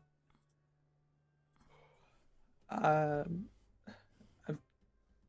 so I was looking at the Mhm. raven, Mm-hmm. trying to say, I was using like really calm words in giant Mhm. owl. Maybe they didn't understand it, but then I wasn't there. I was just in some, I don't know, field. Thought it was grass, but the grass was dying. Probably it all looked grey. Um, and then I heard shoveling. I was going to check it out. Actually, I'll be honest, I wasn't going to check it out because I didn't know where I was and I didn't want to go to like, it was probably someone burying someone and it might have been me if I went to check it out, so I stayed where I was. But then I saw a raven. And but then the raven turned into a little girl and she asked me to save her. And I mean, I said I would, but I'll be honest, I didn't know what I was doing. I didn't know how I would have been able to save her, but I said I would try. And like, what was her name? Where was I? She didn't answer any of my questions, which just made me a bit more scared. And then she grabbed me and ate me. That is, I apologize for your traumatic experience. I'm the one who brought you in there, and they kind of reach out and they like just kind of trace the lines of Greg's face with their fingers, kind of in a like a comforting sort of way. But There do are no not marks, by worry. the way. Yeah, but do not worry. Like the lines of like Yeah. his, yeah. Do not worry though. I understand that you are reticent about this prophecy, about going out adventuring, and I can see that you're not particularly enthusiastic about the idea of potentially having to confront monsters. But may I tell you something that might help? I don't know what could help, but yeah. All of the pressure you're feeling, know that none of that comes from any of us, or even from the prophecy. Nobody is expecting you to fail or succeed. We're all expecting you just to do the best that you can. And the best that you can will be good enough.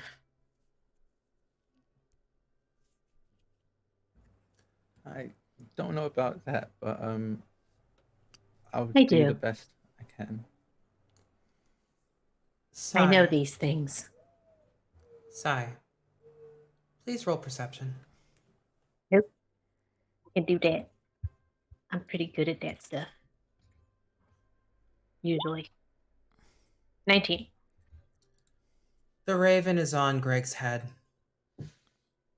Oh. Hello, friend. Hello, friend. What? Stand still. You'll be fine. Can I help you? Raven looks down at you. Blinks once, twice. Doesn't show any signs of moving. It's on my head, isn't it? It's on my head. He is. Just stay still.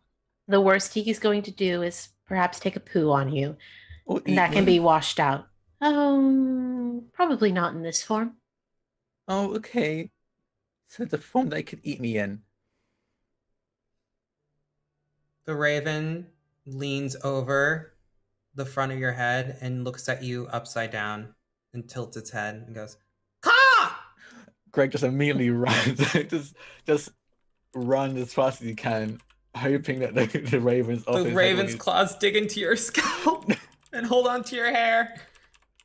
You just hear him Relax. screaming as he's just Ah. trying to bat the raven off his head. Please stay calm, Greggs. Everything is going to be fine. This Raven is a troublemaker. That's what they are, a troublemaker. And I will kind of chase off after Greggs to assist him with the Raven management. Well, while you deal with Greg's little crisis, we will move to Erie, who is in search of, was it food and Search and supplies? food and supplies, yes. Yes, Indeed. and a grappling hook. And a grappling hook, yes, correct. So you have a few options. The most likely place to finding a grappling hook would be at the smithy, which is near the entrance of the entire keep. Well, we'll stop by there first then.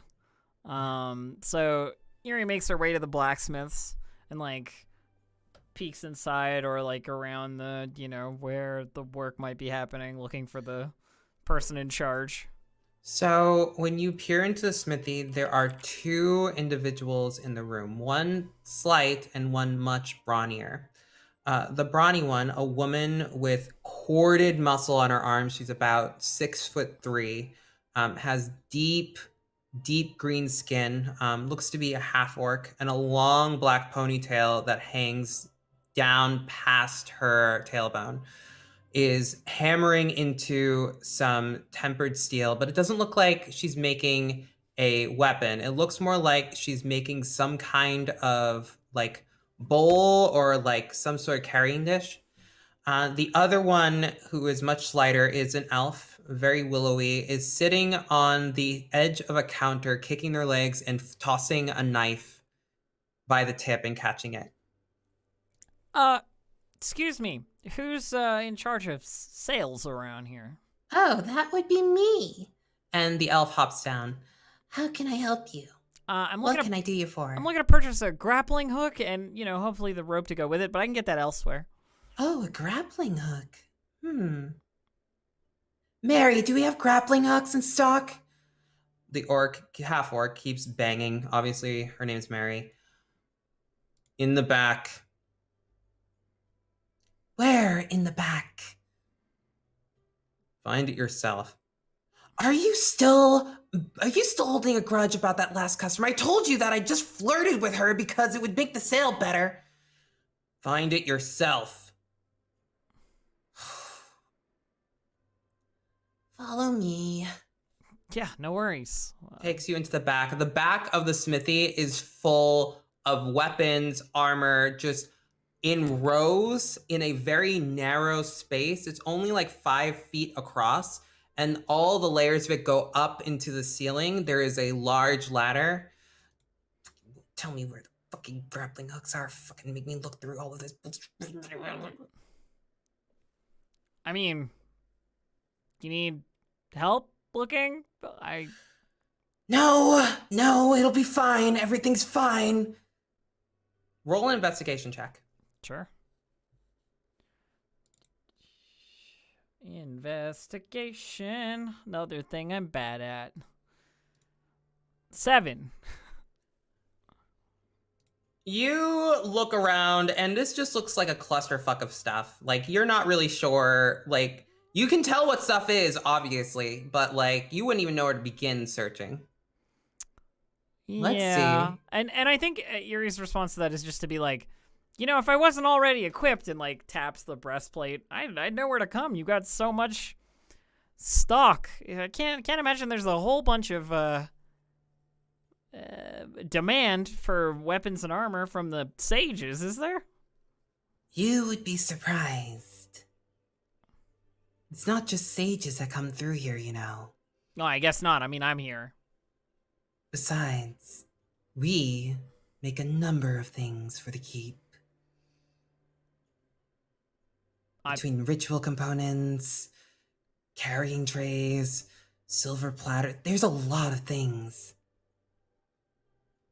I mean, if you're capable of working with more delicate metals, for sure. I'm not saying you're not. I'm just very impressed, Let us see what she can find.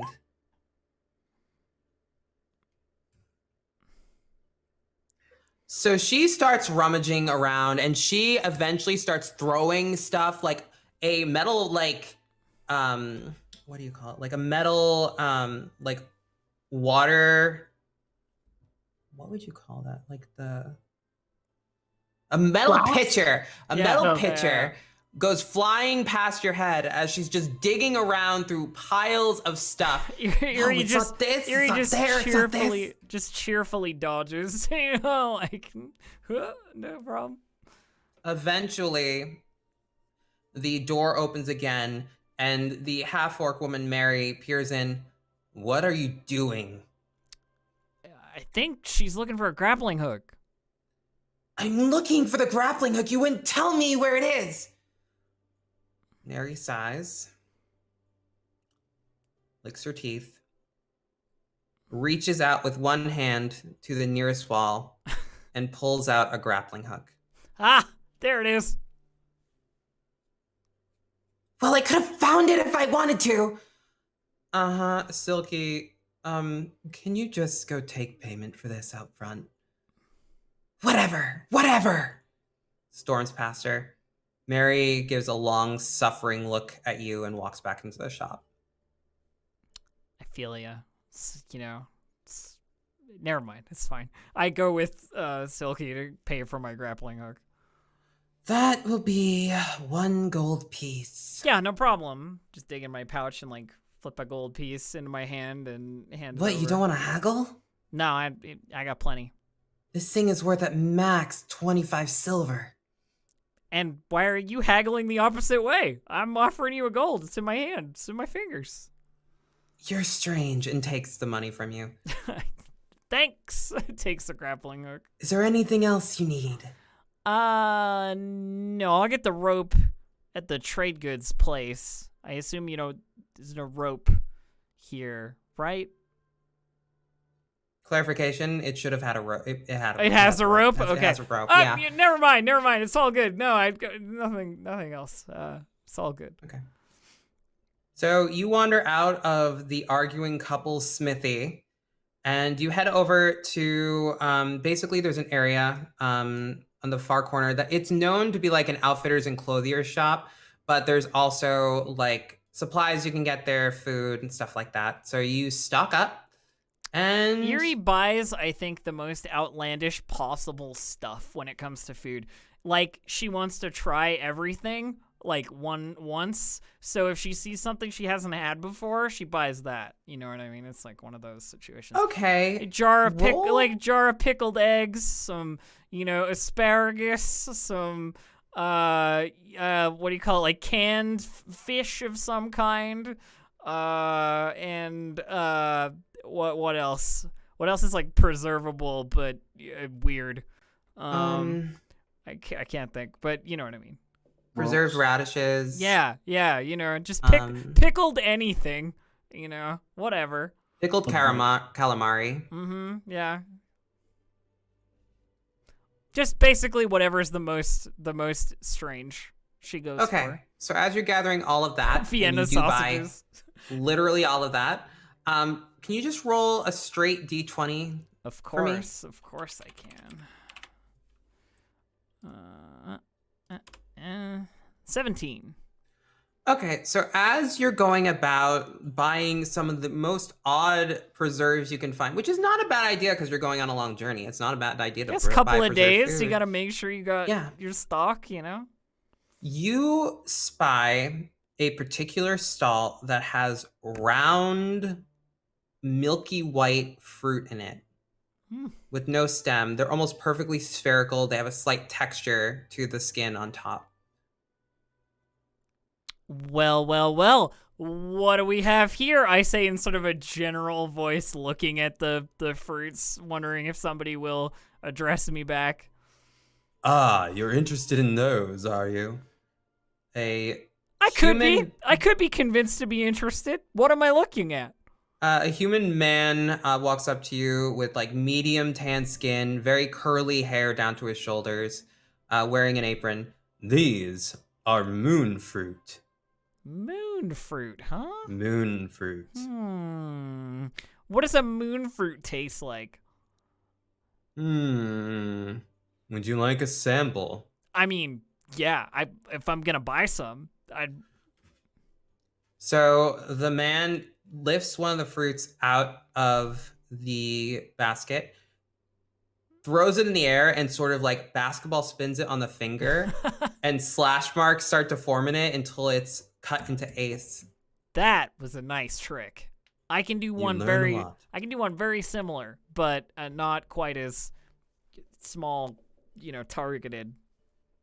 You'd be amazed what you pick up around this keep. And hands you a slice of the fruit. Eerie immediately is just like, It's extremely sweet, almost has the flavor of cotton candy, but it's tart. Not quite lemony, but citrusy. Oh yeah, definitely gonna get some of that. 100%. All right. How much do you want?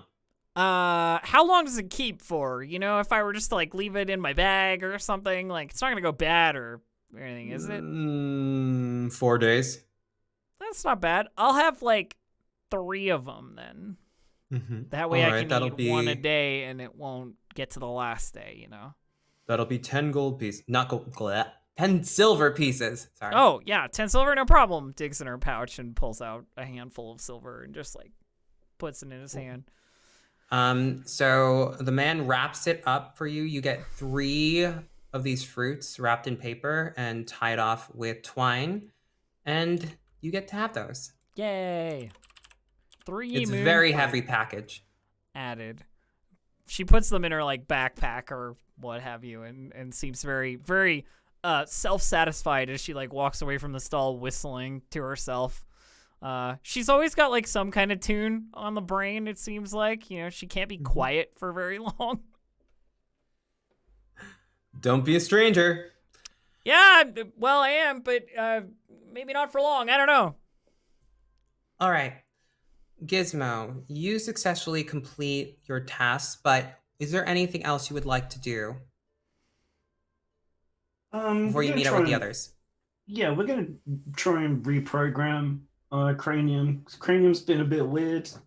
We're gonna have a talk. Okay. There's no technology rolls in this, but roll Arcana to see how well you can reprogram this kitty.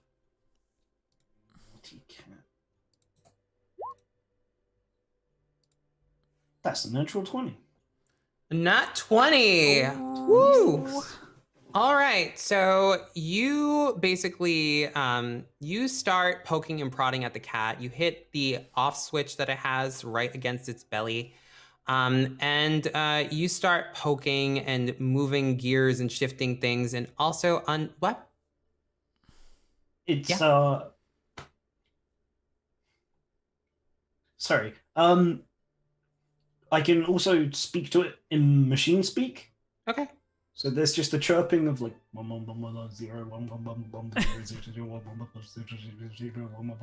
it starts purring, and I'm like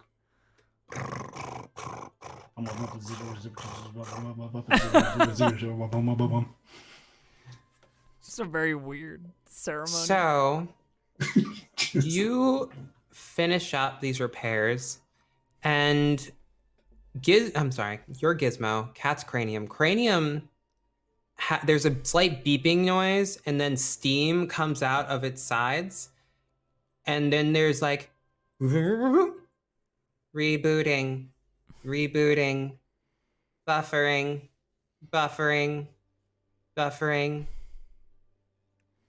Cat programming 094231 reactivated. That's what I thought. Well, let's just check those. Pulls up a hand,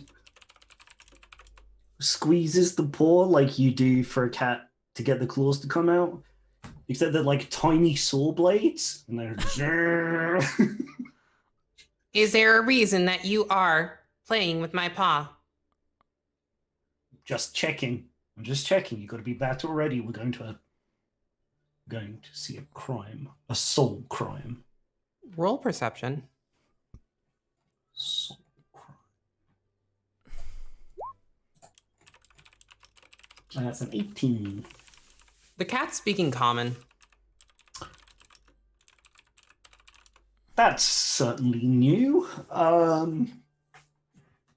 Could you, why can you, I didn't. What is it? I Is mean, something wrong? Assistant Detective Gizmo. I never told you I was an assistant. I'm a full detective, and you will address me with my full detective title, please. Assistant Detective. Oh, this It appears that you have repaired my programming to the point that I can communicate once more. I mean, meow. Master made you be able to talk? Alright. I was supposed to be able to talk. Did you even read the instructions? I memorized the instructions. I have seen through. To my understanding, you have no memorization protocol within your own programming.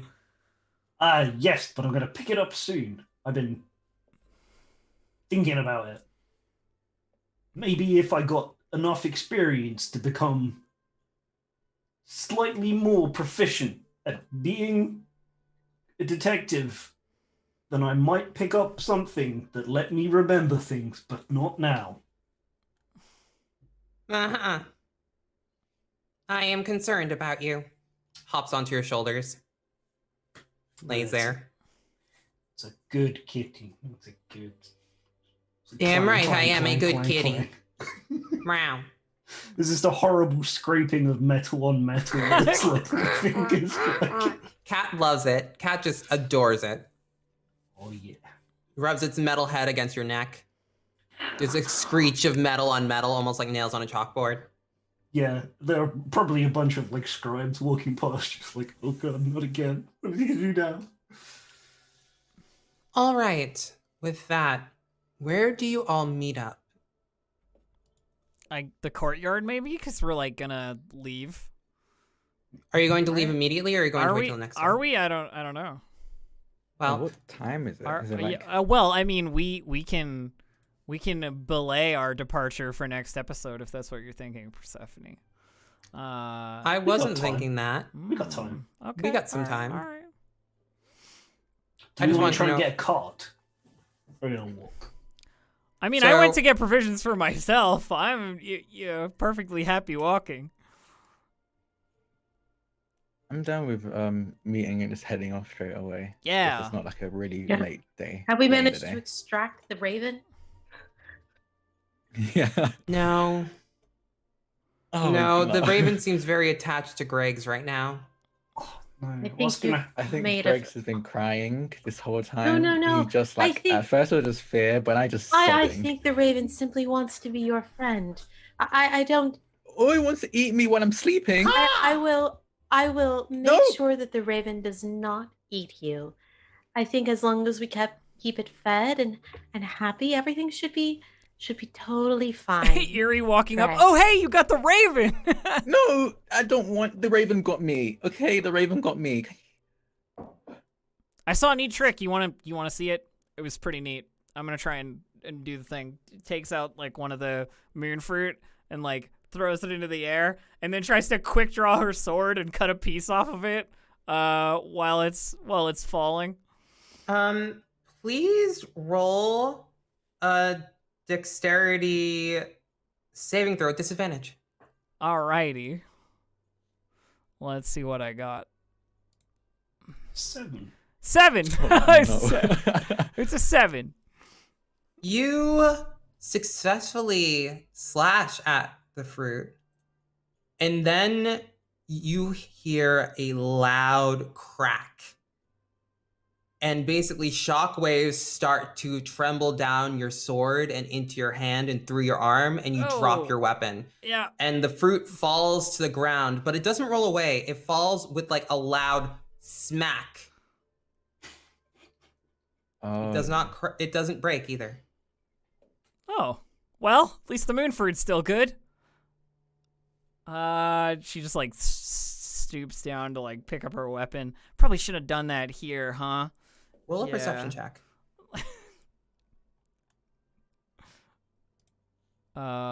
Let's see what I got. 9. Yep, that's definitely a moon fruit. Oh no. Sweet. Scoop up the moon fruit, put it away, and pick up my sword and put it away as well. Okay, well, it didn't work out quite the way I saw the other guy do it, but still practice. Okay, cool. Can we talk about the bigger issue at hand? What bigger issue? I got a rape on my head and it's going to eat me. It's gonna. I don't think. I don't think it I could don't eat think it- you. You didn't see it. None of you saw it. You're right. We did not see this Wait a child second, I'm you seeing speak it. of. Oh, there's another thing. Okay. We attempted to communicate with the Raven, and Greg's experienced a vision in which the Raven transformed into a young girl and devoured him. It ate me. That's it's unfortunate. Sorry to hear that. And now the Raven seems particularly attached to Greg's and It probably cannot liked be the taste of me. dissuaded. I honestly think that it feels safe with you, Greg's. The feeling is not mutual. I completely understand. Uh, but dissuading them from your head, I think it's going to be a little bit more difficult than we originally thought. If this raven carries the spirit of a young girl inside of them, then well, I have experience with young girls. When they get something into their head, they often they have trouble um, being persuaded otherwise. Yeah, especially spooky haunted ones for sure. Definitely. Okay, that just makes it even scarier. Oh, Junior Assistant Detective Greg's directly interfacing with part of the investigation. A good plan. You can extract more information more quickly through that port. Why are And you on- referring to him as junior assistant? Deputized him. You all I see didn't the ask cat for is that. now speaking. Oh. I mean, it's not that weird. I think the weirdest part is that your cat is like mechanical. My master Why dubbed can't it this speak? cat. Could it always talk? No, I could not because I was put together improperly. Oh, I mean, you're a cat. Wait, you're a cat. You're technically a cat, right? Technically, I am a machine-made automata in the shape of a cat. But Okay, yes, I am mean, a cat. it's close enough. Could you help me with this? Cats, birds. The cat Here. looks up at the bird. The bird tilts its head to the side. Cat looks back at you. You smell like a dog. I don't wish to help Okay. you. Goes to sleep. Rude. Cats, birds, and dogs living together. What Hmm. will we think of next? Anyways, are we ready to move on? I mean, I am. Got my supplies. Got my grappling hook. Like holds up the grappling hook. No, we're ready for anything. Wonderful. Let us go then. Oh, Did you all okay. get, supply? You got food, water, stuff. I am an expert forager. I will pick up what I need to eat on the road. Yeah, of Um, course. I actually don't live here, so I actually have rations and stuff for my journey, which was meant to be home. Yeah, I ran out of. I those on guess my it's way now here. Wherever we're going now, which way? Yep, let's go. Which way? That way. I think you have the map. I think we're supposed to Yeah. go this way. Yeah, I think it's this way. I think And it's we this way to which way. adventure. Yes. So you leave through the grand entrance to the keep along a cobblestone path. You travel along that road until it gives way to dirt and just a worn sort of like journeyman's road.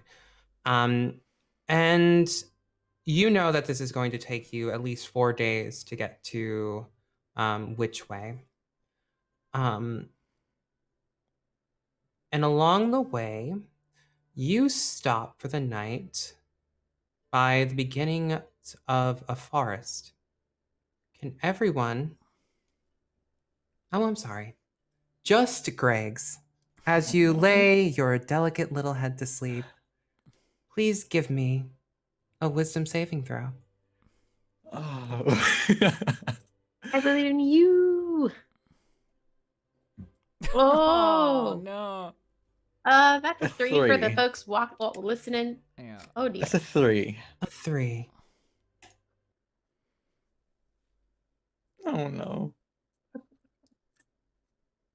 Here it comes. You get into your sleep roll, your bed roll, and lay your head against your pillow. The raven watches you beside the tent. Black eyes empty and endless. and you drift to sleep.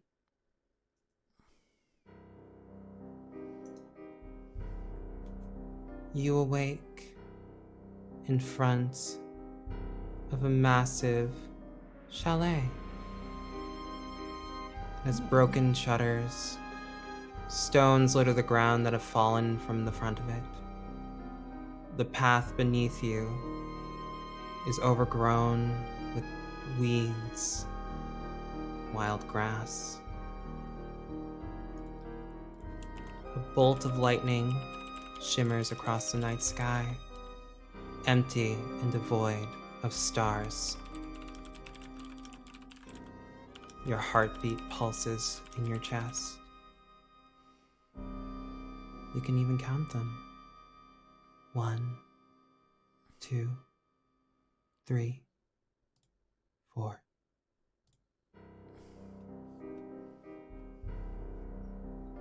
Help me. Oh no. You look behind you, and a little girl is there, wearing a black dress. Okay, not again. Okay, I maybe got off the wrong foot. You sat on my head for like a whole day. Could we like just talk about it this time? We can talk about it. I'd like to talk about it. Okay. What am I helping you from? She holds out her hand to you. No. The Why not? last time you had any physical contact with me, you ate me. If you're leading me somewhere, I'll follow. But I'm If not you a touch want to person. understand someone better, you first should shake their hand. Oh. Can we just do like a fist bump? What's a fist bump? You just like make a fist and you just bump them together. Make a fist? And then He holds his fist out to put a fist bump. she awkwardly bumps it, See? That's better than a handshake. and you hear a scream Oh. in the distance.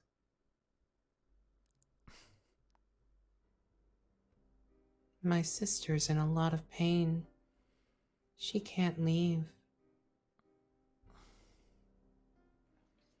I'm None guessing of that us we just can. Oh, there's more of you. Okay. Mm-hmm. And how can I help? You can come with me. Oh. Just one more question, okay? I'm not good at this. Mhm. You said that none of you can leave, right? Except me. Okay. I can leave. Well, if I come with you, will I be able to leave? You're alive, aren't you? Oh, you're dead. Okay. Okay. This whole prophecy thing is way over my head. Yeah, I Prophecy? think What's a prophecy? honestly your guess is as good as mine. They had a picture of me and I don't remember posing for it. So I don't know. Are you going to help us? I guess so. You're a good man. And she holds out her arms and comes towards you. Oh no, To wait, hug are we you. doing okay? It's kind of like okay. And when she wraps her arms around your waist, you feel the ground drop and Oh. shatter beneath you. And then you're falling into He's inky screaming the whole time. black. When you wake up, you're laying in a field of grass beneath a dark manor. None of your companions around you. The raven scratches at your scalp Oh, and lets out a plaintive caw. And you hear the cacophonous wail of ravens Oh, no. in One the was enough. distance. And that's where we're going to end our session. Yay! Ah. Good Oh, good. game. Well, good game, friends. Yay. First A of all, str- can we give it up for Persephone? I was gonna really say, fast? 'Cause, right? like, A strong That was beginning. incredible. Well, thank you. I appreciate that. Well done, well done. So I guess this is the part where we would usually do shout outs. So, you know, give us the I'm info too on like scared. who I'm Info. terrified. I'm I like, hope did anything make you super uncomfortable, Dave? Because I could turn it down. No, we're good. No. It was fantastic. Okay. good. Really, really So good. Glad. Thank you for So checking. let's do shout. Sorry, I'm taking the host seat here on my comfortable place. Persephone, please. Oh, how take- very dare go, you. You go ahead. I'm yeah. in charge here. You may. How you may dare be. you take it from me? Ugh. God. The gall. Anyway. I know, I'm hello. incredibly so gallful. We're gonna do outros, and since Elf likes to talk, I'm just kidding. But Elf, why don't you tell us where we can find you and what you're up to and everything there within? I sure fucking do like to talk, and my name is Distracted Elf. You can find me at twitch.tv/DistractedElf or on Twitter at DistractedElf. Right now we're doing a lot of like strategy game stuff on the channel when I have a little bit of time. Though tomorrow we have our writing stream where we are writing spells and magic items for warlocks in 5e based on the wonderful warlock patrons that I've made. This character has one of those spells on her card, so I'm hoping to use it at some point. And what else? I also run a Star Wars campaign for Roll20. Aki and Dave are both in that as well. Over on twitch.tv/roll20 app. On Thursdays, I do the GM stream at 1 p.m. where I prep stuff, and then on Fridays, we do the actual session. We've had a couple of sessions off because there's just been bad scheduling and hospital visits and so forth. But we're back this week, I bet, for sure. Maybe. I got a speeder race to lose. I know. You have to lose a speeder race. Anyway, that's it for me. I've talked long enough. Someone else take the reins. Aki. Hi, everybody. I am Aki. You can find me over on Twitter at Mixed Genie in a Bottle. That's MXGINIINABOTTLE. And tonight you can catch me over on Q Times at 6:30 p.m. We will be playing some Dungeons and Dragons. Yes, I'm playing 2 Dungeons and Dragons games today.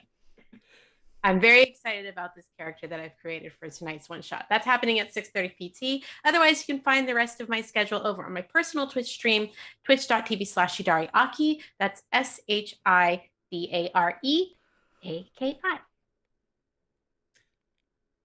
Drak. Why don't you go next?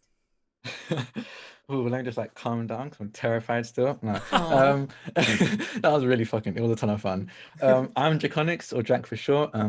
You can find me on Twitter at Draconics, it's DRAKONIQUES. I stream all over the place. I have a list of all the things I do, so let's list them out now.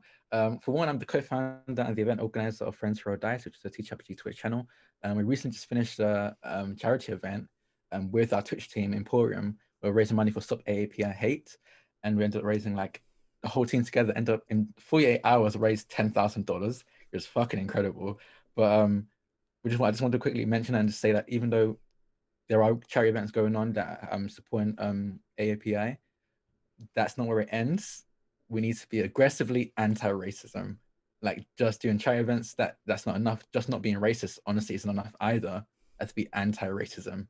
So if there's anyone out there who is, you think you're just coasting by just being not racist, there's more you can do. So please do. I'm in a Cypher System campaign every Wednesday at 6 p.m. Eastern over on Rule of Law, where I play like a time traveling lizard alien. It's a ton of fun. This Friday, I'm going to be over on Rule of Law at 7 p.m. East Pacific, where we're doing a Infinite Horizon Q&A, where all the cast of Infinite Horizon come in to answer questions that everyone has. So that's going to be on Rule of Law as well. So if you have any questions, if you have been watching or want to start watching, you have any questions for us, please come by. On Saturday at 11 a.m. Pacific, I'm going to be over on Table Story in the premiere of a campaign called Midsummer Mysteries, which is a Clockwork Dominion campaign set in like steampunk Victorian era. It's a ton of fun. I'm very excited for everyone to meet my character. I have like a whole steampunk look as well ready. That's going to be on Saturday at 11 a.m. Pacific. On Sunday, I'm going to be guesting over on Key Times at 5 p.m. Pacific for Power Play, where I'm going to be playing. We're going to be a backstory of one of the main casts there, and I'm going to be one of the best friends. It's going to be a ton of fun.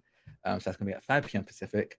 And then next Monday, which is a big thing I actually want to promote, is that I'm going to be over on Jasper's Games. We're going to be raising money for Jasper's Games Week, which is a suicide prevention charity. I'm going to be over on Annie Richmond's channel at 9 a.m. Pacific. I'm playing a Pathfinder campaign, Pathfinder 2E one-shot, sorry, where we're going to be raising money for charity. So if you didn't get any of that, just follow me on Twitter. I will tweet all of these out. But yeah, that's me. I'm done. All right, Dave, that's you. Okay. Thank you so much, everybody, for today's session. That was fantastic. Thank you, everybody, for coming to watch. I nominated myself to do the Roll20 shout-out, so I'm going to do those first, because my own shout-out is I do the other game the Elf's in. Dave__human on Twitter, that's it. But today, you've been watching the Candlekeep Mysteries with the module on Roll20, which is virtual tabletop. You can sign up for free. And they've just added on the fantastic plot armor by Orion D. Black. So if you are into that, it's a solo play mecha journaling game, which is absolutely fantastic, and you should check it out. And as well, for the pro users, last day of the month, last day to get the reserve item, which are some fantastic ocean maps by Ori the Cartographer. And I think that's that. I think I did all the things. I think I did it. You got it. You got it. You nailed it. Totally. Good job. And I am Persephone, aka Persephiroth. I am on Twitter, Twitch, TikTok, and basically anywhere there's a Persephiroth, it's me. You can check me out on Twitch, playing a bunch of JRPGs and other games. I speedrun Hades, so I have been getting away from that. Right now I'm playing Persona 5 Royal. Immediately after this at 7 p.m., I'm going to be on Kobold Press's Twitch channel playing Courts of the Shadowfae. I won't be DMing, but I will be playing in that, and it'll be a lot of fun. I am also the DM of Fast Times at D&D High, which we just won an Audioverse Award. I won an Audioverse Award for Best Director for that. It's my game with, it's a modern D&D game where magic runs everything. And it's about a bunch of misfit kids in high school that have a lot of emotions, like a lot of emotions. It's very fun. Go ahead and check that out. We just released our 13th episode, and the 14th comes out next week. Is there anything else? Yeah, that's it for now. Wonderful. Well then, as I'm the person who has to press the button that ends the stream, I'll just say, have a great one, friends, and we'll see you next week. Bye! Bye! Bye.